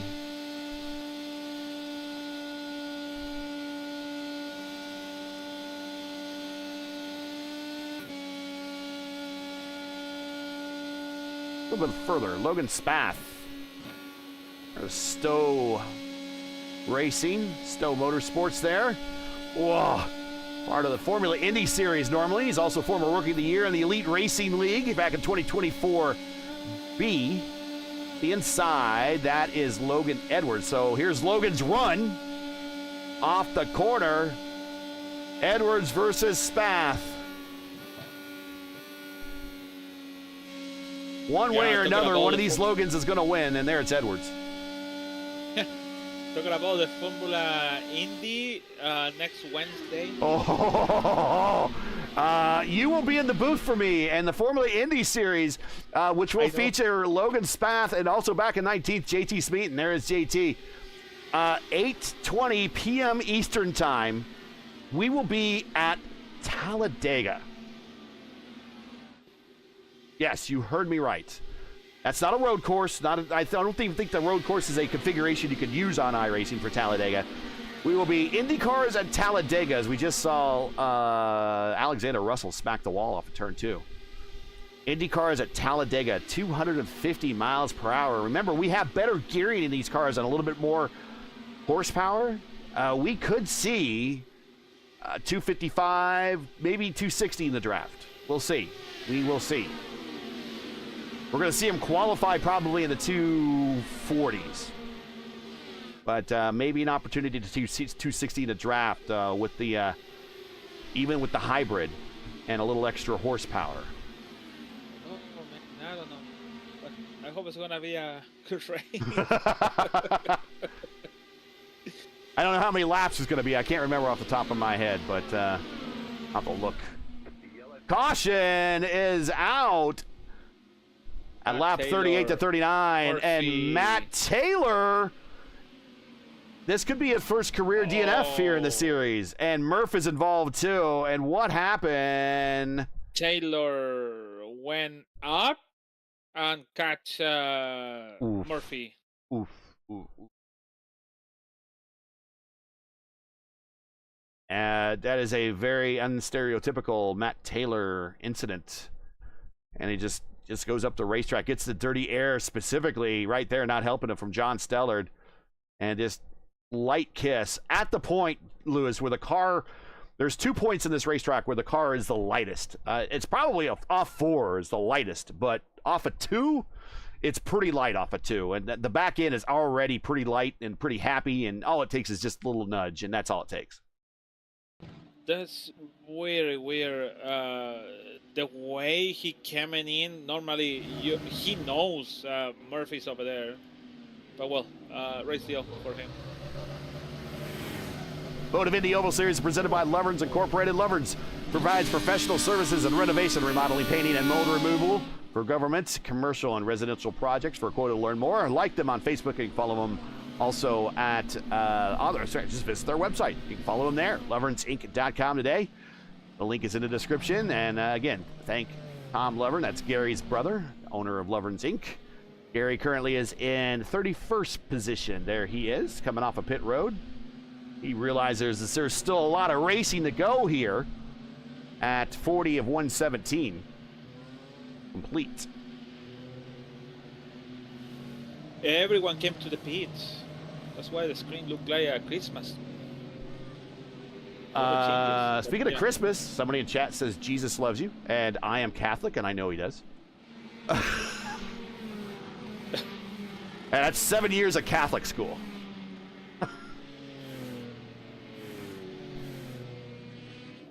Catholic school in Indianapolis. My dad actually got me out of, when I was a kid, he would get me out of Catholic school early to take me to the track in May. He always tell the teacher it was a doctor's appointment. Of course, when you're Catholic and you do something like that, you do go to confession and you're forgiven. My dad. Good old man. Logan Edwards on pit road. He has damage on his car. Had damage on his car. What happened? He is missing a front wing. Did he get it coming to front pit road? Did he? Yes. Oh yeah. AJ. They have an incident with Costner. AJ. Oh no, not Costner. AJ. Oh yeah, And he gets into the back of Durazo. That's it. Yeah. I don't think it was Costner. It was AJ. AJ and Costner have very similar looking liveries. And AJ I just think it was a traffic jam. I don't think anyone did anything wrong. It's just a little bit of net code there, actually. Just all of a sudden, cars pull away, and then it's just like somebody hit a release button for that wing and pops right off. And very odd, but he comes to pit road and gets it fixed, but he has to go all the way to the back. So the field is bookended by a Team I-5G, Alexis Newsom, your leader, and at the very back is Logan Edwards. It is bad for Logan Edwards. He was 6th when he come the yellow flag, and now he's at the back. So now he have a big job to come on the back to the front and just be maybe be lucky for that. So 3 flags out. Newsom, Fortson, Davis, Simpson, Kirchbauer, top 5. We're back underway. Lap 42 of 117. Oh, Coker hit the wall, loose on the something happened on the. He got under acceleration. Oh, Gary Lovner. And he about nails it. If that was a real pace car, he about nailed it on the apron or on pit road there. Yeah, but watch just the wheel spin. I think he tried to like, let me brake. Nope. But he braked in the pit, so. And there's no caution. But Tristan Fortson momentarily led, and now he's in second as Alexis Newsom on the shorter line down low gets back the lead. 5-car phalanx up front. Newsom, Fortson, Simpson, Davis, Kirchenbauer. And then getting ready to join the party is Papa. He is in 6th. Samard and Stouffer, they can hook up and get together. They can reel in that group. There's Sam Costner. He's in that very similar. Let's get a close-up of Costner. I do like this livery. It kind of reminds me of the old Pagano Menards livery, as he's getting passed by Tyquilla to the inside. But if we go back and we find AJ Musselman, there's AJ. Look at those cars. They're virtually identical. Yeah, I know. Actually look like the same.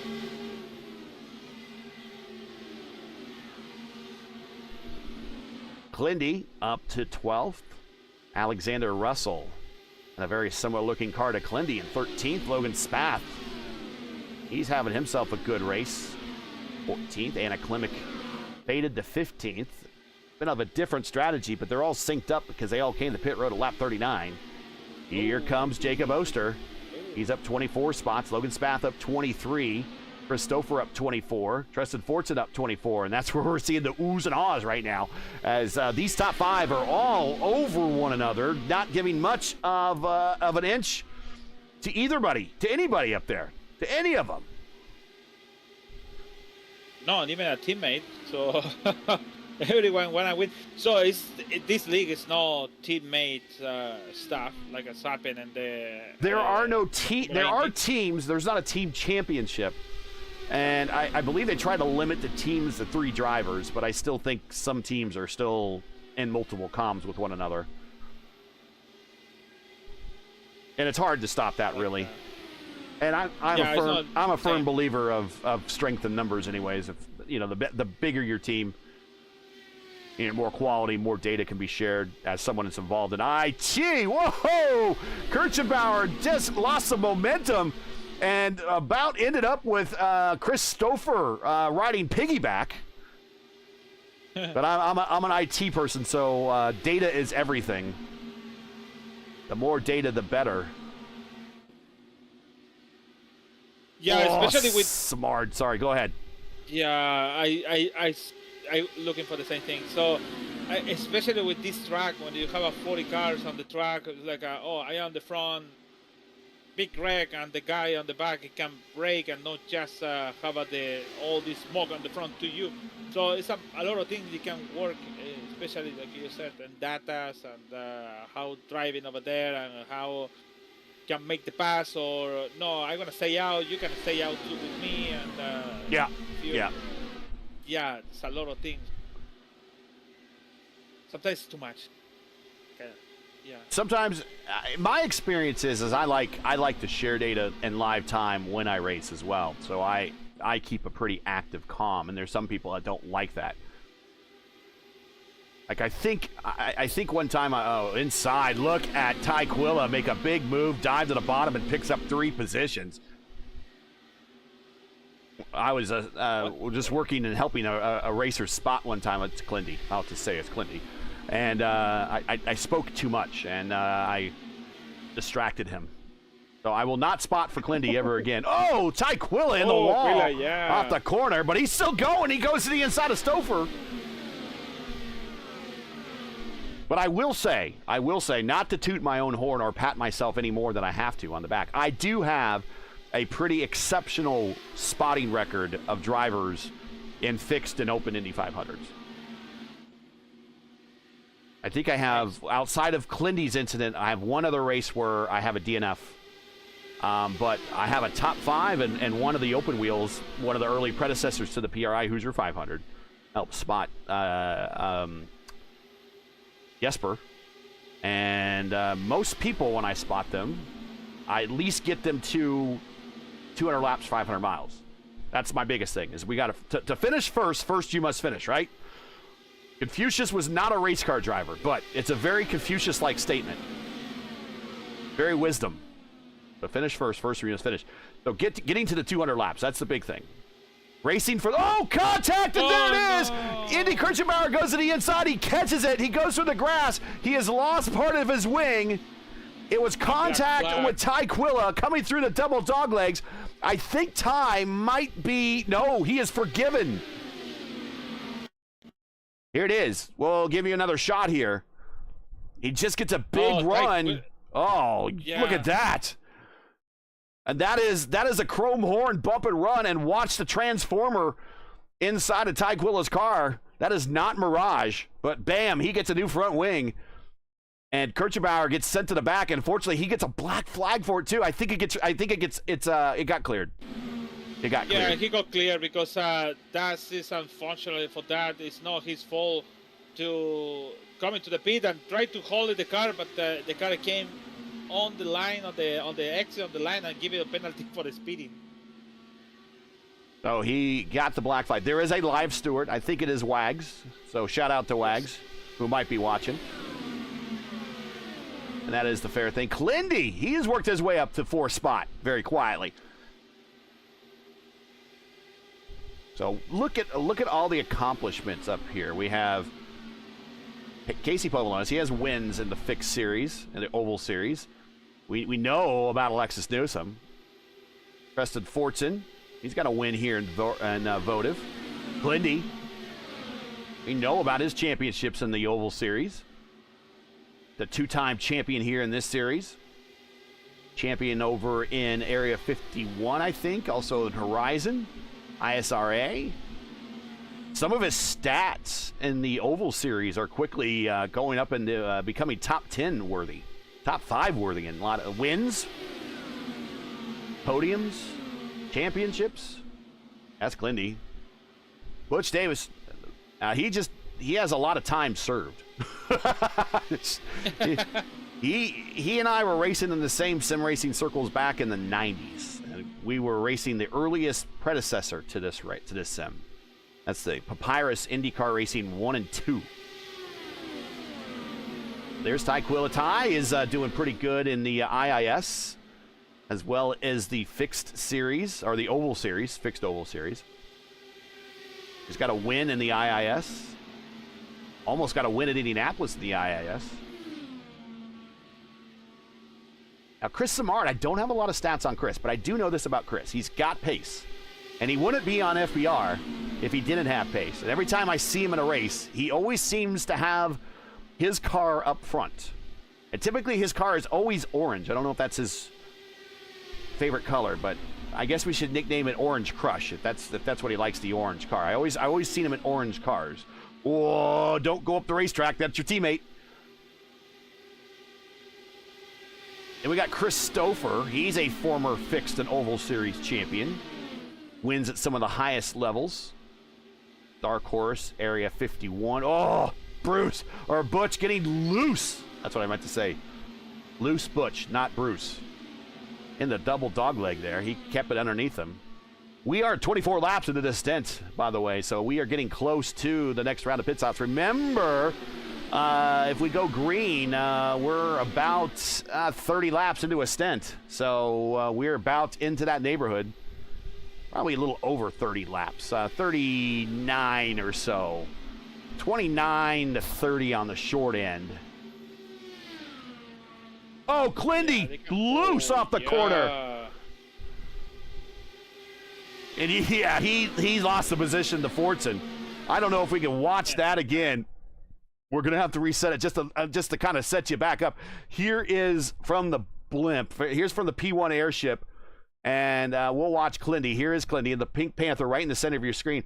And watch the back end just kind of flick out a little bit. And hit the wall.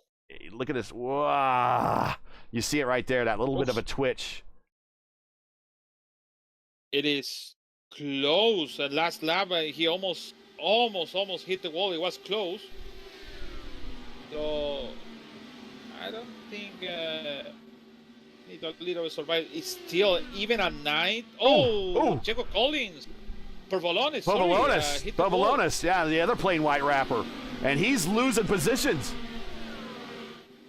I hit the wall. There might be terminal damage there. There might be terminal. Yeah. He's just holding his line, trying to get his momentum back up. Let's go back. Let's go back there. Yeah, let's ride. Let's go on board and let's ride full speed and listen. Dirty air right now. Starts going up the racetrack tires. He knows it's coming. That's a good lick. That's a good look. Good look. He fades to 5th. Actually 6th.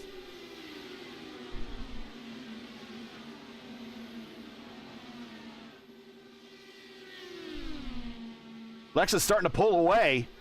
Not helping her on not on fuel strategy at all, but she's up front where no one is. Now, Lewis, we have seen races with Alexis up at the front, specifically here in Votive, and she just kind of pulls away. But while she does that, she's not working and saving the tires and ends up using up the tires. And then at the end of her run, there's Oster's high side to the low side and trying to get 3 positions, but he gets 1. But we've seen with Newsom before that towards the end of a long green flag stint, the tire management isn't the same with her, and she has everything to hold on to with her cars at the end of long stints.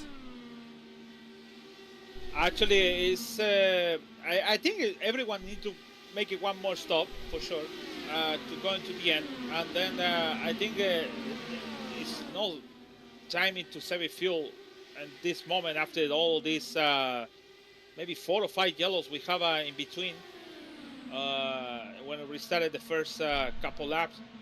But I think, like you're right. I remember the lead on Motegi when she went full throttle, and then she was out of fuel. Or Michigan. Yeah, the Michigan where she kind of used up her tires a little bit, and Anna ran her down. I mean, I have no question. Alexis Newsom is one of my favorite drivers. I love her livery. It doesn't look as good under the lights as it does during the daytime hours. But, towards the end of long runs, we have seen her fade before, and it seems to be kind of doing that way because Glindy's now tearing into her lead. She was up by a second. Now he's 7/10 and reeling her in, bringing with him Jacob Oster. And I know personally, because we've seen Clindy so many times in the fixed series, in the Oval Series. Fixed and Oval Series is kind of the same thing. When I guess when I say fixed series, I don't mean the fixed series, which is now the Sprint Series. That mirrors the Open Series schedule. But Clindy, we've seen him late in runs on long green flag runs in the fixed Oval Series. He tends to come to the front because of tire management. Yeah, I think that's true. I think the tire management, even at night, is getting difficult on the track. We see people almost losing the car. I think the gap also between David and Chris, of course now, start to little pull away, and also lap traffic coming in here. 3 on the front. Actually, also the lap traffic is start to get involved in that moment. It's going to be a problem for her. And my God, that was close for Alexis Newsom. Hit the wall. Ty Wheeler called for pit now, so it's going to be a pit moment for everyone. Tyquilla coming off the banking. Ooh, and this is one of the things they need to do. They need to, for iRacing, maybe one of these days, like a more of a open wheel appropriate pit entry. That is that line at pit road, and then you see the scuff marks on the tip of Tyquilla's nose there from the contact with Indy. I wonder if he'll get that fixed on pit road. We'll see what they do. We're watching his car up on the jacks. Nope. No, well, maybe. Maybe no. There it is. Okay, so I think a new front nose for Tyquilla at 13.2. So yeah, that tells me a new front nose for Ty.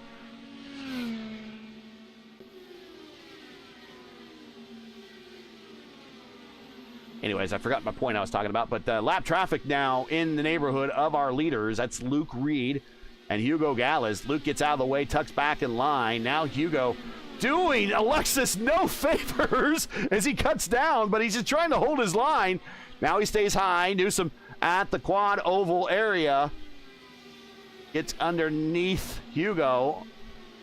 I do like Hugo's livery, though. I love that hue of blue.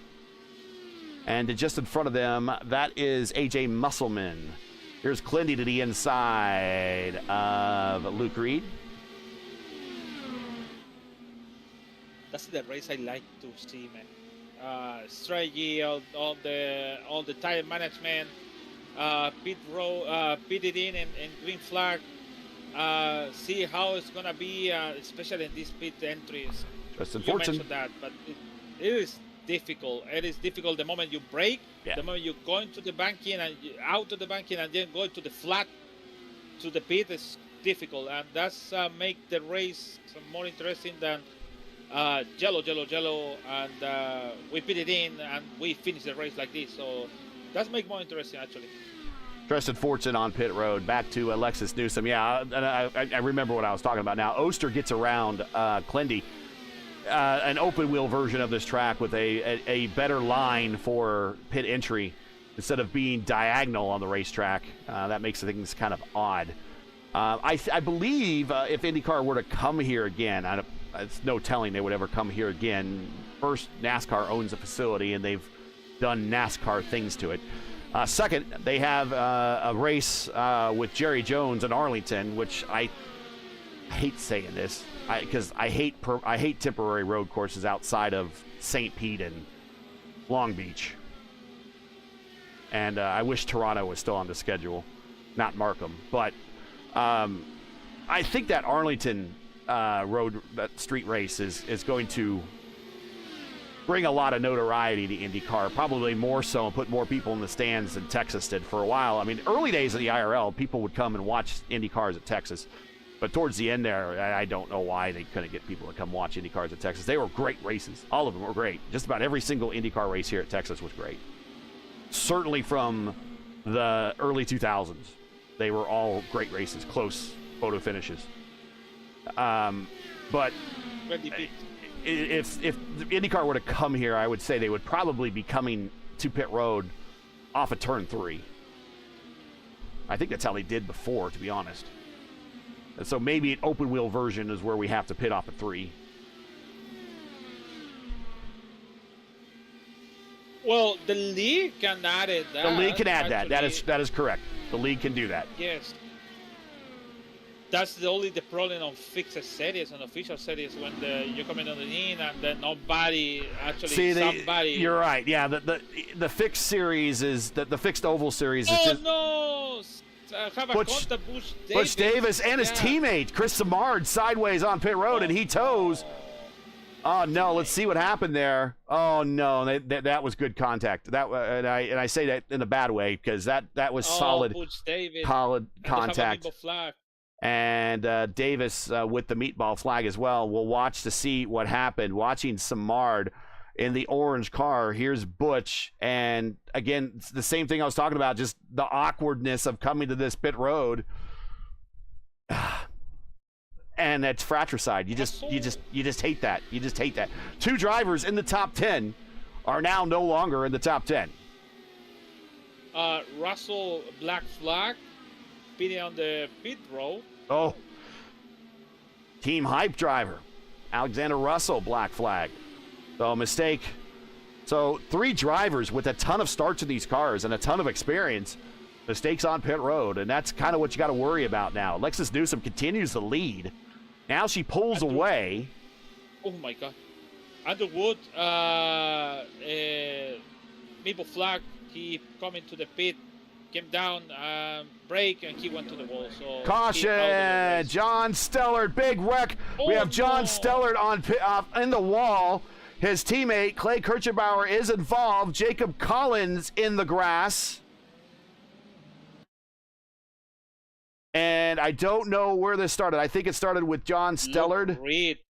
Luke Reed called to the pit in the chat. Oh, no, here it is. John Stellard didn't read that.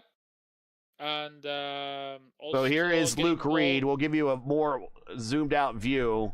And apparently you heard him call pit road, and Stellard, there's no, well, I would say there's no place to Stellard to go. He had a car on the high side, but he ate up the room, and then they spin off the corner. There's Jacob Collins. There is Clay Kirchenbauer. Papa, another car rolls into the zone, about Shane. loses it. He passed. Ricky Paz? Okay, That's his- we'll ride with Ricky Paz here.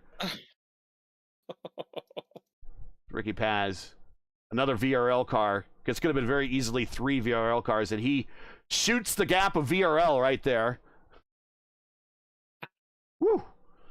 Let's, you know what? Let's go back and here, full speed, full speed, full speed. They're wrecking in front of you. Whoa!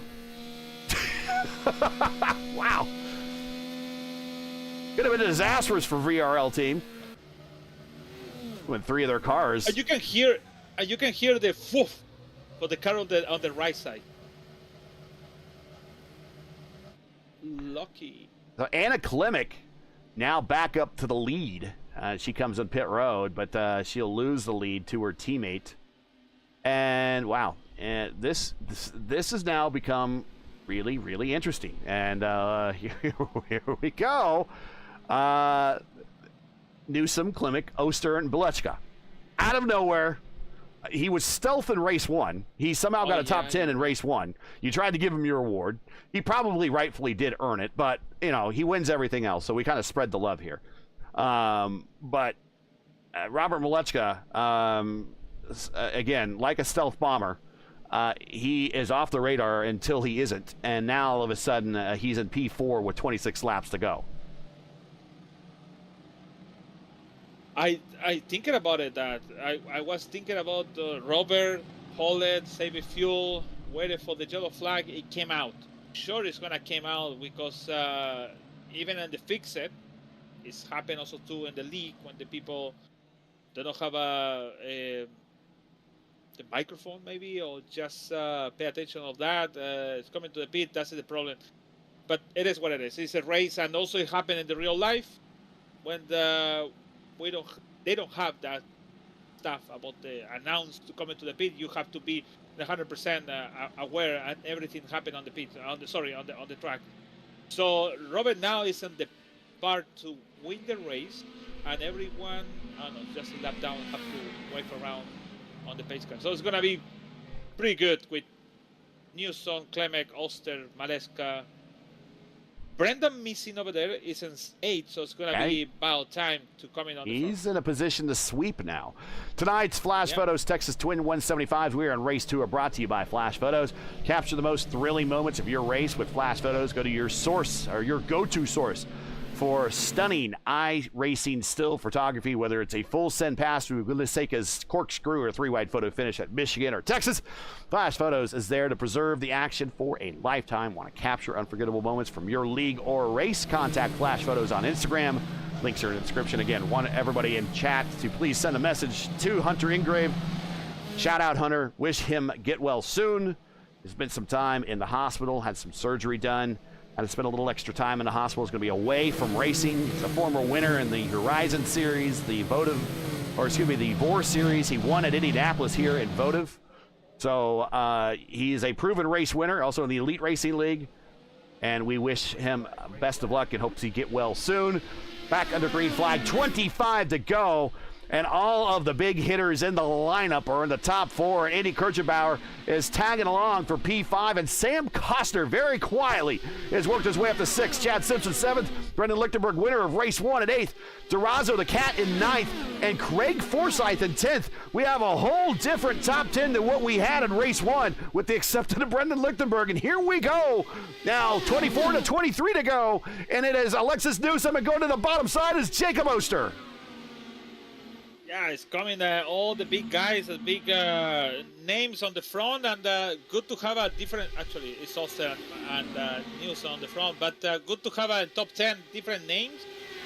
To my God, Robert Maleska going on the front. He's like, here kiddo, here's a little dirty air for you. Slides right in front of Indy. But Jacob finished on the podium in race 1. He's looking to get another podium finish here in race 2. Right behind him, defending series champion in that pink car. That's Alexis Newsom. Andy Kirchmeier, a little loose moment, but he goes to the top side of the racetrack. Gets a big run. He's going to get behind Klimek and try to push her to the front. Remember, speaking of getting pushed, Andy Kirchmeier was sliding through the grass in the infield after getting nudged a little bit by the chrome horn. Oh, into the wall. That is Anna Klimek up into the wall. A little bit back behind her. Brendan Lichtenberg to the inside of, that's Chad Simpson. Lichtenberg now looking to sweep. He goes ahead. Sam Koster stays low underneath his teammates. So Andy Kirchbauer, I tell you what, he is on a redemption ride.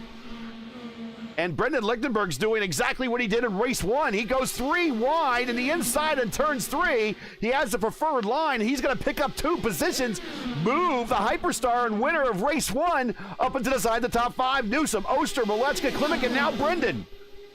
Inside, Malechka, send it into 1, 4 wide through the corner, 3 wide through the corner. Malechka to the bottom. He'll lead coming off the corner. Here comes Jacob Oster. He looks to the inside. Malechka to the middle. Alexis Newsom up top. 3 wide into 3 and 4, down to the bottom. Here comes Jacob Oster again. He picks up back the lead. Coming to 18 to go. I think this is going to be the battle in between these 5 big drivers on the front, so it's gonna be really important how it's gonna be. It's just 80 to go. So thinking about it. We have our Votive Indy Derby champion. We have Lionheart Speedway champion. We have 6-time fixed or oval series champion Robert Malechka.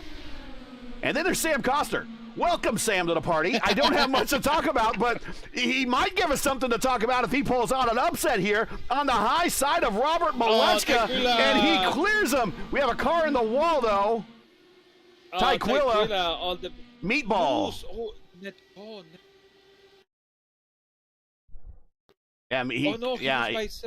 He was by himself and did not bring out a caution, but I think he smacks the wall here. Nope, he doesn't smack the wall. He gets loose, and wow, right in front of Stouffer. And then he blinks out. And so he's coming to pit road. Oh, right in front of the leaders. Oof. Yeah. So what do you do if you're Sam Koster in the Dayglow VRL car there? I mean, you have Brendan Lichtenberg in the neighborhood. He's a proven winner. He won race 1, but we know about his lineage. He's been driving these cars in the sim back to the IR05. Robert Malechka, 6-time series champion, won everything, swept the 500s, won the 600 to the inside. Robert Malechka won the Triple Crown in the Oval Series. And then you have Alexis Newsom. I mean, what do you do when you're Sam? I mean, you're kind of like drinking from the fire hose right now. You know what? I don't want to do that stuff. So try to prove myself.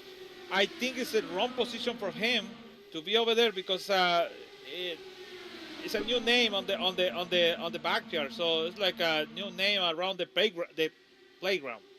Actually. So we don't want you be on the group, but I think if Costner I stay, where is? He did the right thing. Now I mean, if he stays on the bottom and he holds his line and he remains predictable, that's his best move right now. Is he just hold the bottom, never come off the bottom, just never come off the bottom, stay right behind Alexis the whole time. Maybe Alexis makes a mistake. We've seen Alexis make mistakes. Everyone's human. We put on our pants one leg at a time, unless she has a pants machine. I don't know. But just stay on the bottom and just work your way up that way. No, I think it's gonna lose. They're gonna start to burn the tires. If he do that stuff, look at that. He lose just 2 spots over there. Because that, so I think he needs to just hold the second line, third line, in that position over there. Yeah. I'm sorry. I'm looking in chat, and one of your favorite guys, Chris Demerit's there, and he says, "Down with Trader Slide, Stabby Sports." You don't think that there's a rivalry between these super squads? Oh, Indy Kirchenbauer, the prodigy, he's like, that's it, I've watched enough. I'm going to the front, went 3 wide off the corner, but just lacked the momentum. But he's now on the bottom, and he's doing exactly what I thought Sam should do. Sam now fades to 5th, fades to 6th now. But here's Indy. Oh. Indy goes to the outside. Here comes Robert to the inside. 9 to go. I think that's the line he needs to use, because the tire is really tough over here. Also, this part of the track is easy to take it, so I think you're gonna have to lose that too much. The problem is at 1 and 2. So if you wanna keep it at the momentum to be candidate to win the race, you have to be in that line. He used now. 4 wide through the corner. Oster, Maleska, Newsom, and up top, and he had the lift, was Indy Kirchenbauer, because he was running out of room. The prodigy's not out of this yet. We still have lots of racing still to go.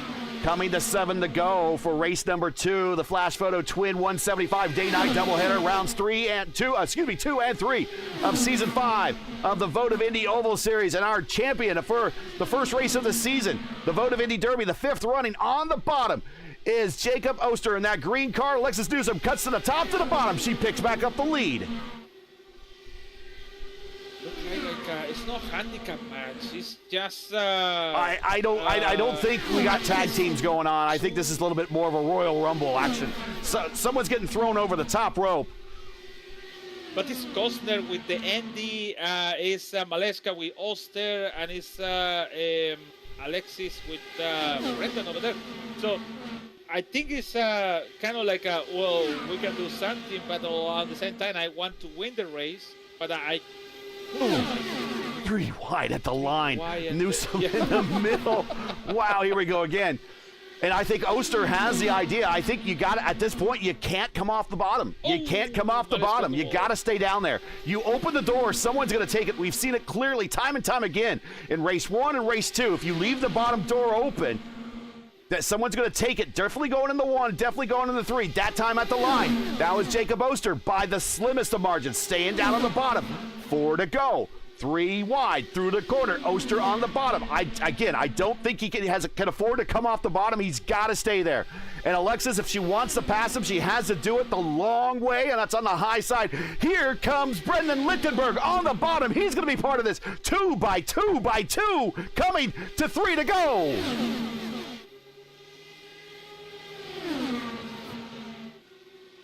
Oster again on the bottom. This is. Well, now we're going to get single file for a minute, but does Robert take a shot to the bottom? No. Oster survived. Actually, I think he does a fade. He definitely defends to the bottom. He's not blocking. Here comes Alexis, coming to 2 to go. Don't go anywhere. We're in for another photo finish here in the Flash Photos 175 race number 2. And look, he stays on the bottom. Alexis was expecting to come off the bottom. That didn't happen. She had to lift a little bit down the backstretch, a lap and a half now. Oster looking for win number 2 this season. Robert Maleska on the high side now battling Newsom, giving a little bit of a reprieve to Oster, coming to the white flag this time by. 1 more to go, and they're going to spread 2 wide across the line, and it's still Oster that time. 3 wide through 1 and 2. Oster on the bottom, still not coming off the bottom, and that is the way to go. He fades to the middle now. We're going to drag race off the corner. Alexis Newsom has a nose ahead, going into 3 and 4, getting ready to turn from home. Oster comes up, almost taps wheels. They're going to be wheel to wheel off of 4, down the main straight. We're going to come through the double dog legs, and I think it's going to be Oster on the bottom, and he just nips him at the line, nips Newsom. Edwards, out of nowhere, comes home in 3rd. By 20 hundredth of a second. Oster from 40 won the race. And we have a new record. That lasted 1 race.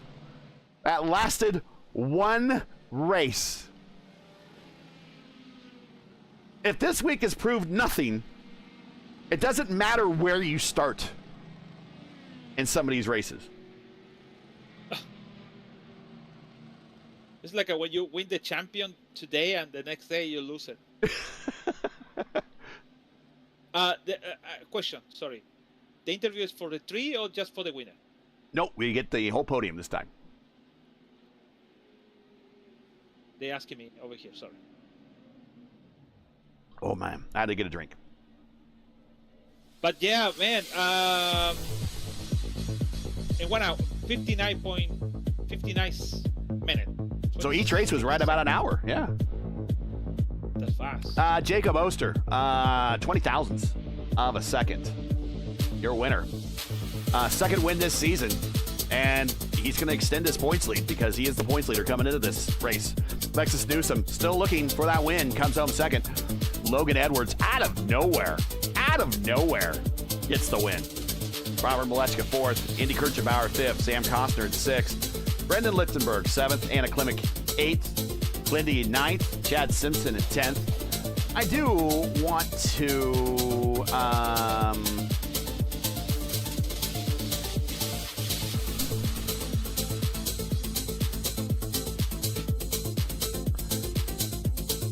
watch that last lap and I'm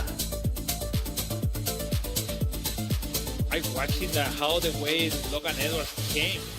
It's because 2 laps ago, before that, Robert hit the wall a little bit, and then on the end he touched the wall again, and then they slow down a little bit and make a offset. get a good angle here. Take the third. You get a good angle. Not very good angles with the TV or the cam set, but that's about as close as we're going to get right there.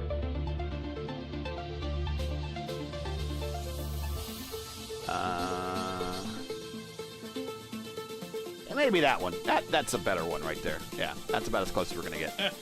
All right, we'll go back and continue watching the results here. Casey Povolonis, Dan Durazo. Dan, that's a night and day race. He did not have a good first race.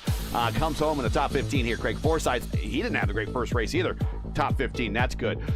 Tracy and Ricky Paz in the same boat as Forsyth and Durazo. He comes home 15th. Rashad Craig, 16th. Logan Spath, Chris Stouffer, Gary Lovern, Tristan Fortune, your top 20. Tim, Russell Gallas, Smeaton Quilla, AJ Musselman Clay, Jan Stellard, Luke Reed, Jacob Collins. Now Clay, both front row starts of both races and just struggled there at the end. That's where you have to work on the other foot. Your first foot is getting those good qual runs in. Now he's getting those in. Now you got to get those finishes down. He's a seasoned racer. He knows what to do. So I have faith in him.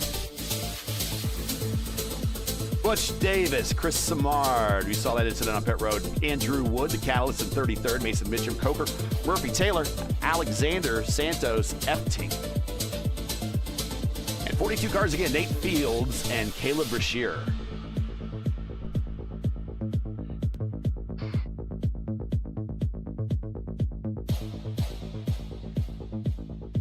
All right, so what we need to do here is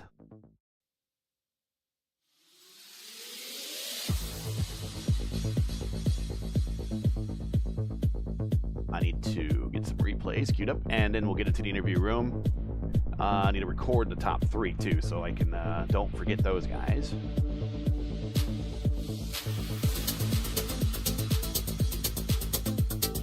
So we will work on that.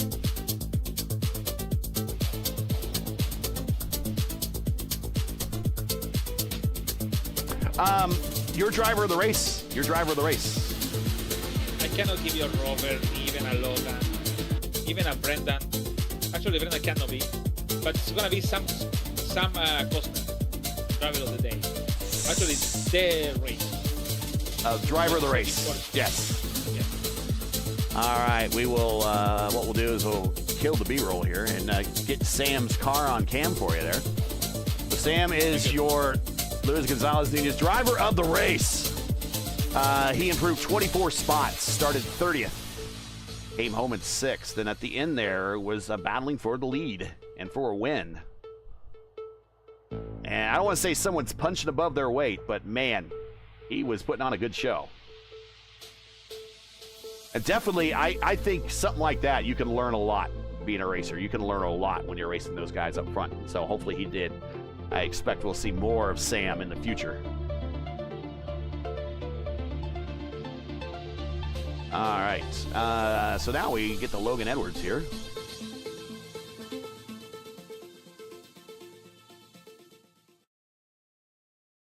to the interview room.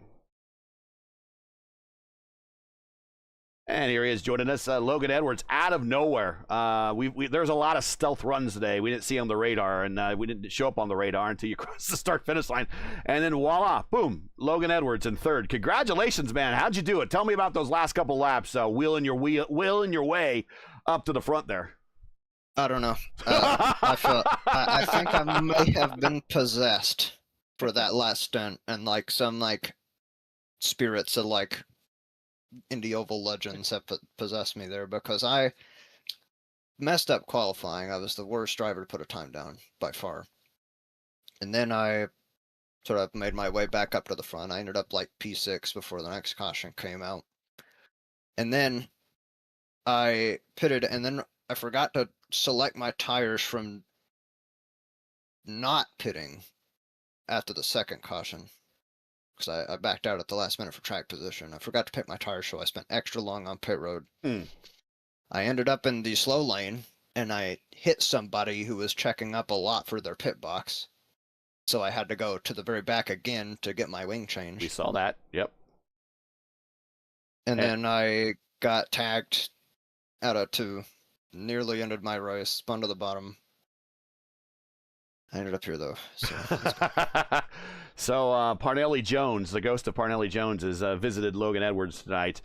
Yeah, heck of a run there. And that was, I mean, you had that. We saw you on the incident on pit road, because we were wondering why you were coming back down pit road again. And all of a sudden, oh, you're missing a wing. Well, when did that happen? And we found out.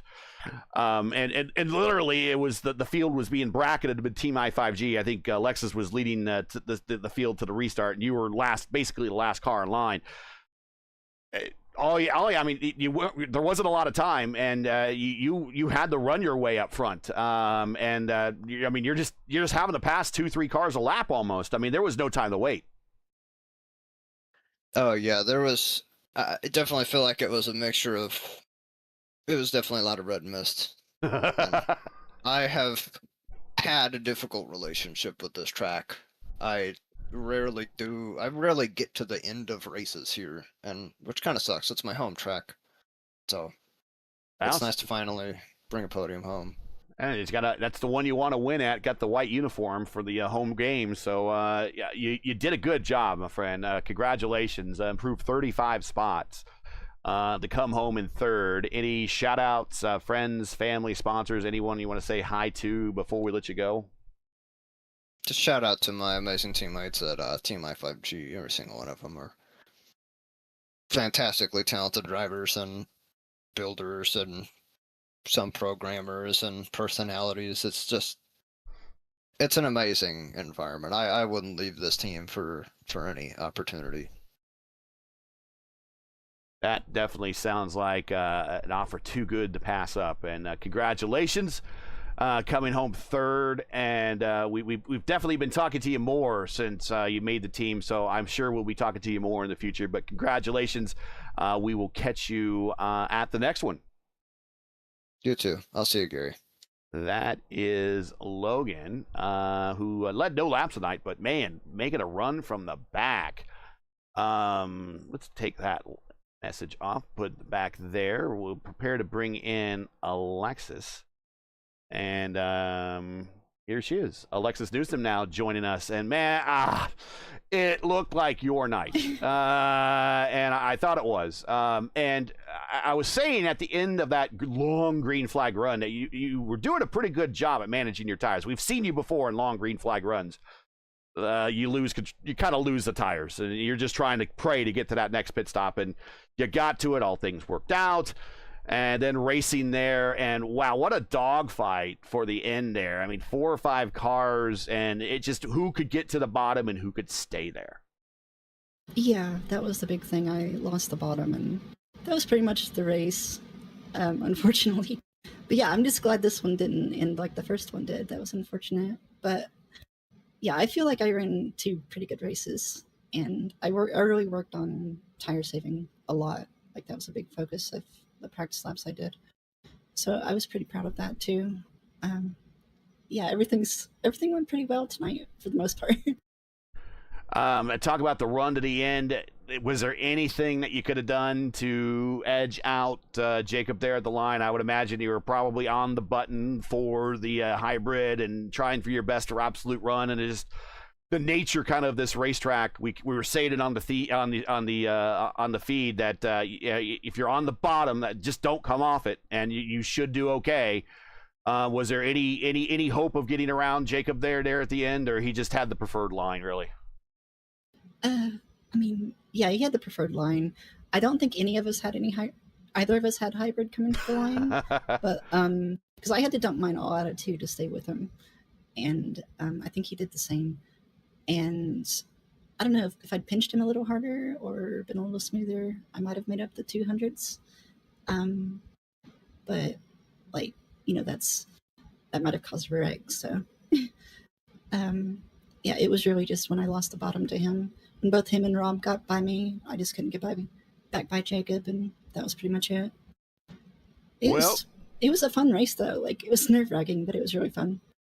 Let's talk. How much different was this race from race 1? We were told race 1 was supposed to be a pack race, and it kind of turned into a little bit like a pack race. Race 2 was supposed to be the pack race, and I think race 2 kind of delivered that. Kind of tell us the differences and the similarities between race 1 and race 2. What was different? What was the same? Well, I mean, I pretty much ran the same tools in both races. It was, yeah, race 1 it was easier to drive and easier to drive set. Race 2 is looser. And I do think that contributed to the pack in race 2. Mm-hmm. But also tire wear mattered a little more in race 1. When we get a long green green flag run, I can talk. You were able to pull away, but it was a lot harder here. Yeah, I mean, weirdly, there wasn't as much difference as I thought there would be. Well, again, we know that's just a matter of time before we get you on the top step, but a second step today. Again, congratulations on that. Any shout outs, friends, family, sponsors, anyone you want to say hi to before we let you go? Well, thanks to everyone on the team. This was a team effort, and I think we performed really well overall tonight. And Brendan winning the first race, congrats to him. He did a great drive and a great move. And congrats Jacob too. He, we were teammates for a long time, so I'm always happy to see him win if I can't. And yeah, I guess that's about it. I'm looking forward to the next one. And thank you guys.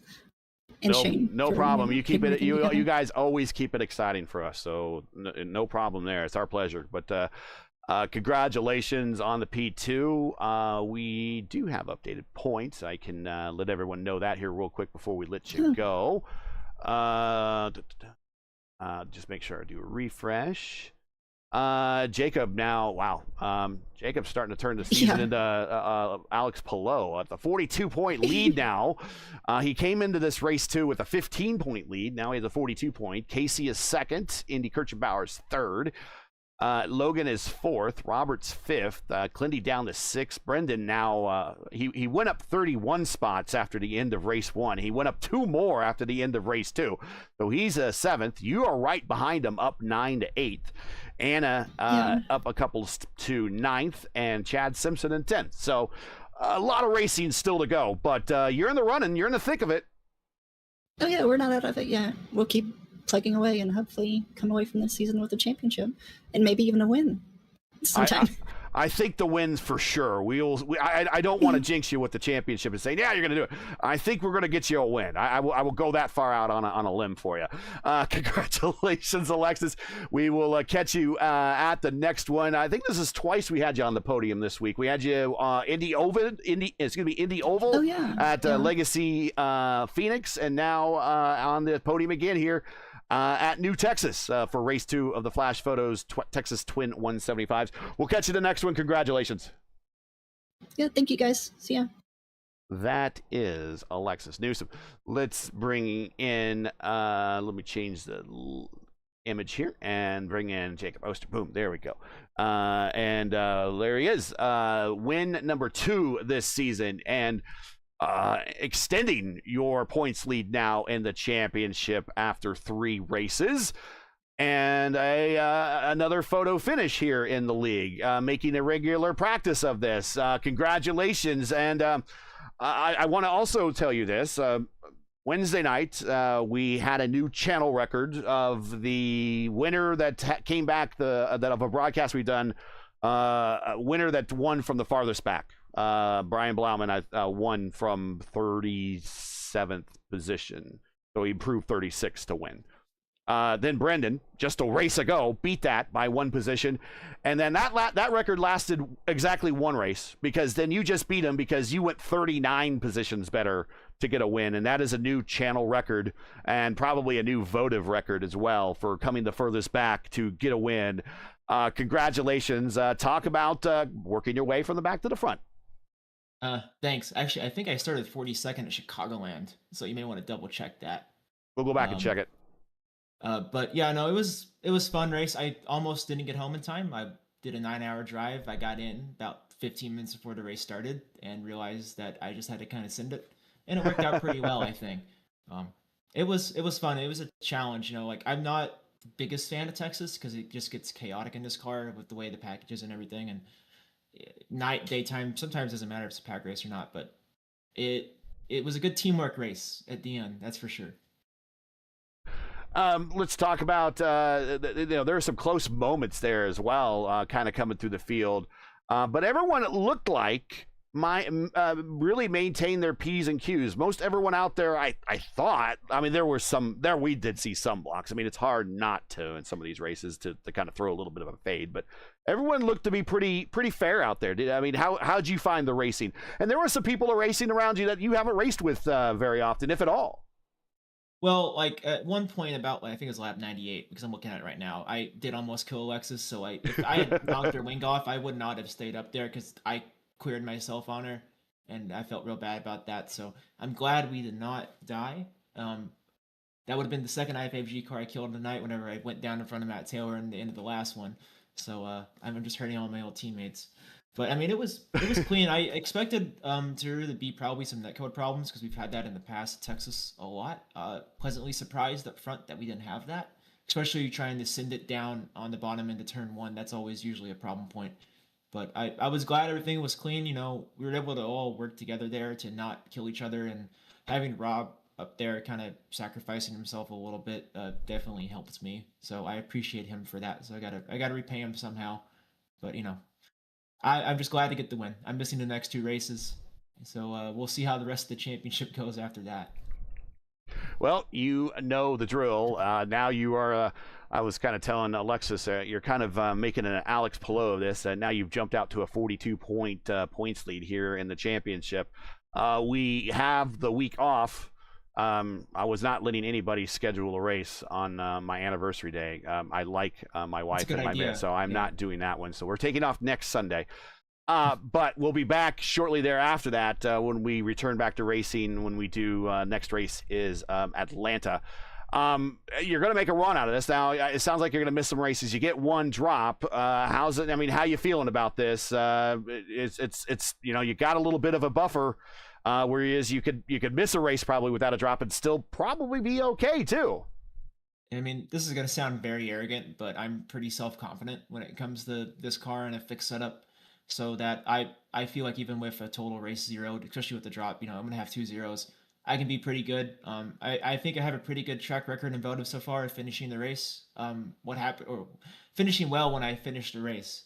So, if I don't get crashed, I have a good chance of winning. So I'm going to just want to keep that one up. Almost get the double tonight, 22 thousandths of a second away. So, we're just going to see how the rest of the season goes. I'm kind of sad to miss Milwaukee. I like Milwaukee. If I don't have to see another race at Milwaukee after this week, I'm fine with that. Well, we're still trying to rubber in the top. But, I'm just kind of glad we got this opportunity that this league exists, and we can still have something to run on Sunday nights to kind of showcase the actual overall skill set of this community. So looking forward to the rest of the season in October, but I'll be there. All right, and we'll go back and check the stats and make sure to give you credit where credit is due on that other one as well. You might have already just kind of put a buffer for your stat then, if that's the case. I think we gave you the shout outs and all that. So congratulations on the win. 2 wins to start the season, 3 races, and just narrowly missed getting it another win in race 1. So starting in the best way. Congratulations, and we'll catch you at whenever we see you next in the lineup, wherever you're going. We wish you the best. All right. Thank you, guys. Thanks for the broadcast. And that is Jacob Oster. And I will run that stat. And I did do a real quick look here. And so what we do, or what I've done, and what I've been trying to do is every race that we broadcast, I go out and I collect what is called the race result file. iRacing makes them available for every single race they do. You could freely download these. It doesn't. There's no secrets here. And I bring them into my database program. AI helps me because this is frankly a lot of numbers and a lot of data, and I don't have hours to sit here to figure this out. I have it query certain things. And actually, I just did queried on Votive. So I need to check the rest of the races, and that includes Indy Oval, Elite Racing League, all the other leagues that we stream, that I stream personally. Jacob Oster, 42nd to 1st at Chicagoland, is the record. He backed it up with doing what he did here tonight. The next biggest is Brendan with 38 to 1st. Josh Ward in season 1, where I don't think I was the man in the booth, but we were still streaming it here on P1, went from 21st to 1st, 25th to 1st, excuse me. Clindy at an exhibition race went 22nd to 1st at Atlanta.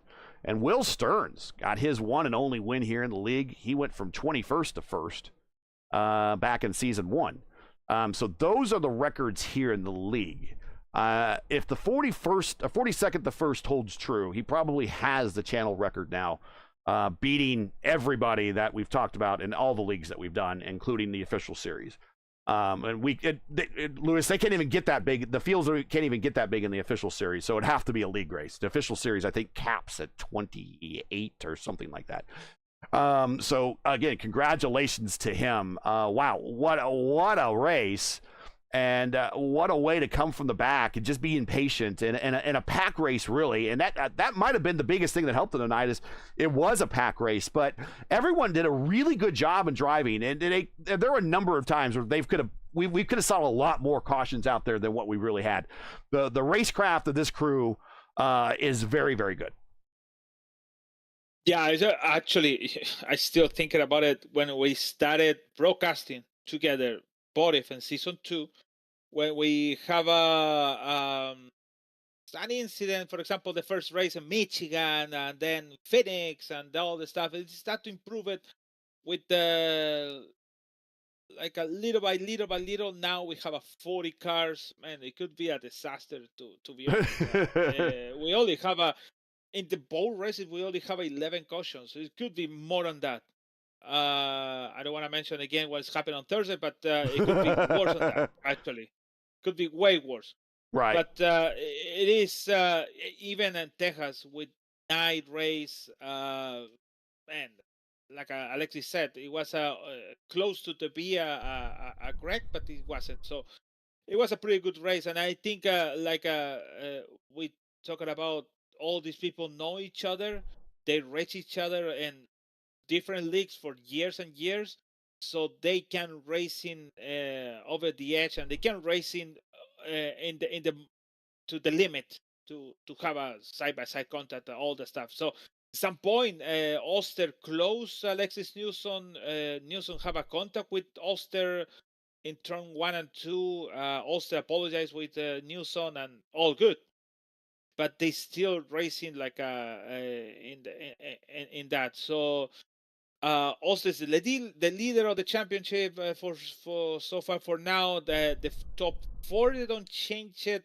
Top 4 actually. Logan Edwards is until Logan is not changed the not change positions. Robert is now in 5th. But man, we have so much happen over here. So I think the championship is not closing even that. So after that, we're going to Atlanta on August 30, the last one. Then we're gonna come back on September 27 on Milwaukee, then Michigan, then Richmond, Kansas. We're back to Kansas again, and then on the end on November on Indianapolis for the 50 running race actually of the Votive. So a lot to do, but good race. We have this doubleheader with the day and night race on Votive. So yeah, I think not much to say. So we have to say nice job for everyone, and see you in the next race on from Atlanta. There is the schedule on your screen. We are now 3 races into this. We can put it next to that one, next to that one, next to that one. So next up is August 30th, Atlanta Motor Speedway. Then we go to the Milwaukee Mile. We'll see how good that one is. Michigan, Richmond, the Kansas Speedway, and the wrap up, like you mentioned, with the 50th race. It's the 50th race overall of Votive, but it's not the 50th championship points paying race, but the 50th race overall if you count the off-season stuff. And that's the Indianapolis Motor Speedway to wrap it up here in November. So still a lot of racing to go.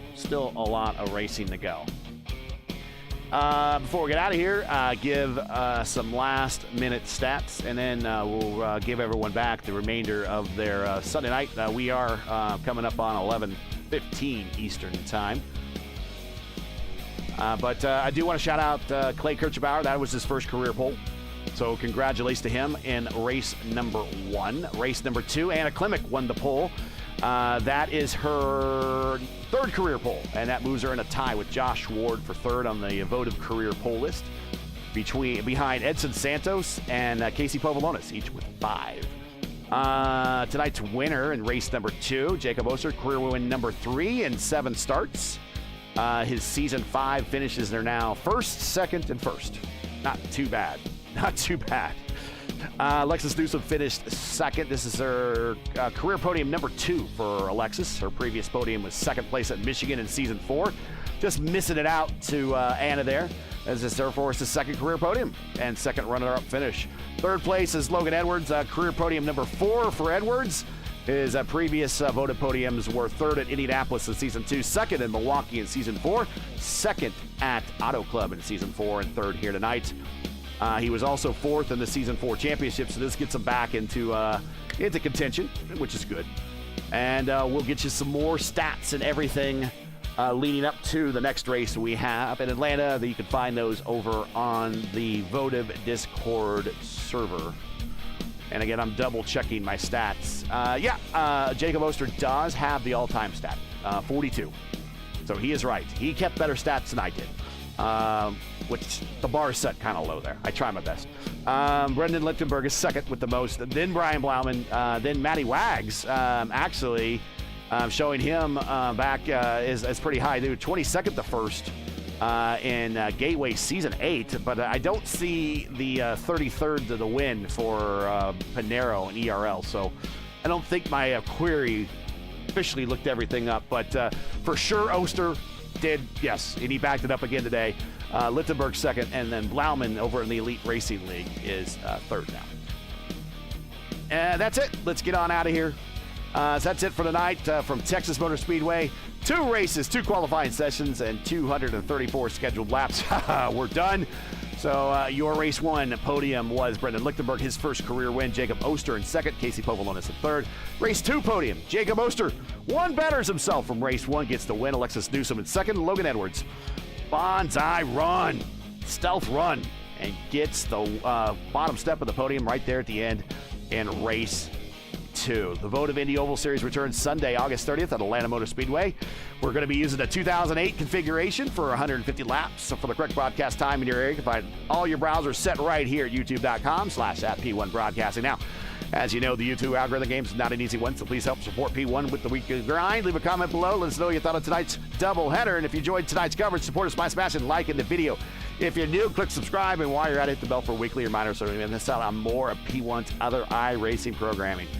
including our Monday night doubleheader, our Indy Open and Indy Next Road Series. They will be at Montreal because this is IIS week at Montreal.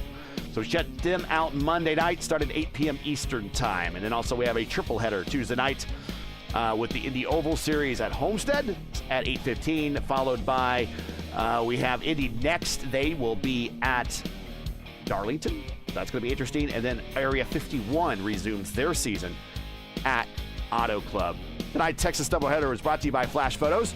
2 races gave us twice the action, and Flash Photo is all about preserving the moments from those races to make racing more memorable. For stunning still photography for iRacing, your car, your league, and your biggest race, contact Flash Photos on Instagram. You can also find the link in the description. I want to thank Flash Photos supporting the Texas Twin 175s here in Votive and P1 Broadcasting.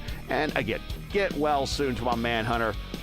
We love him, and we hope that he is back racing here very, very soon and making more pictures for our thumbnails that you guys all like to see.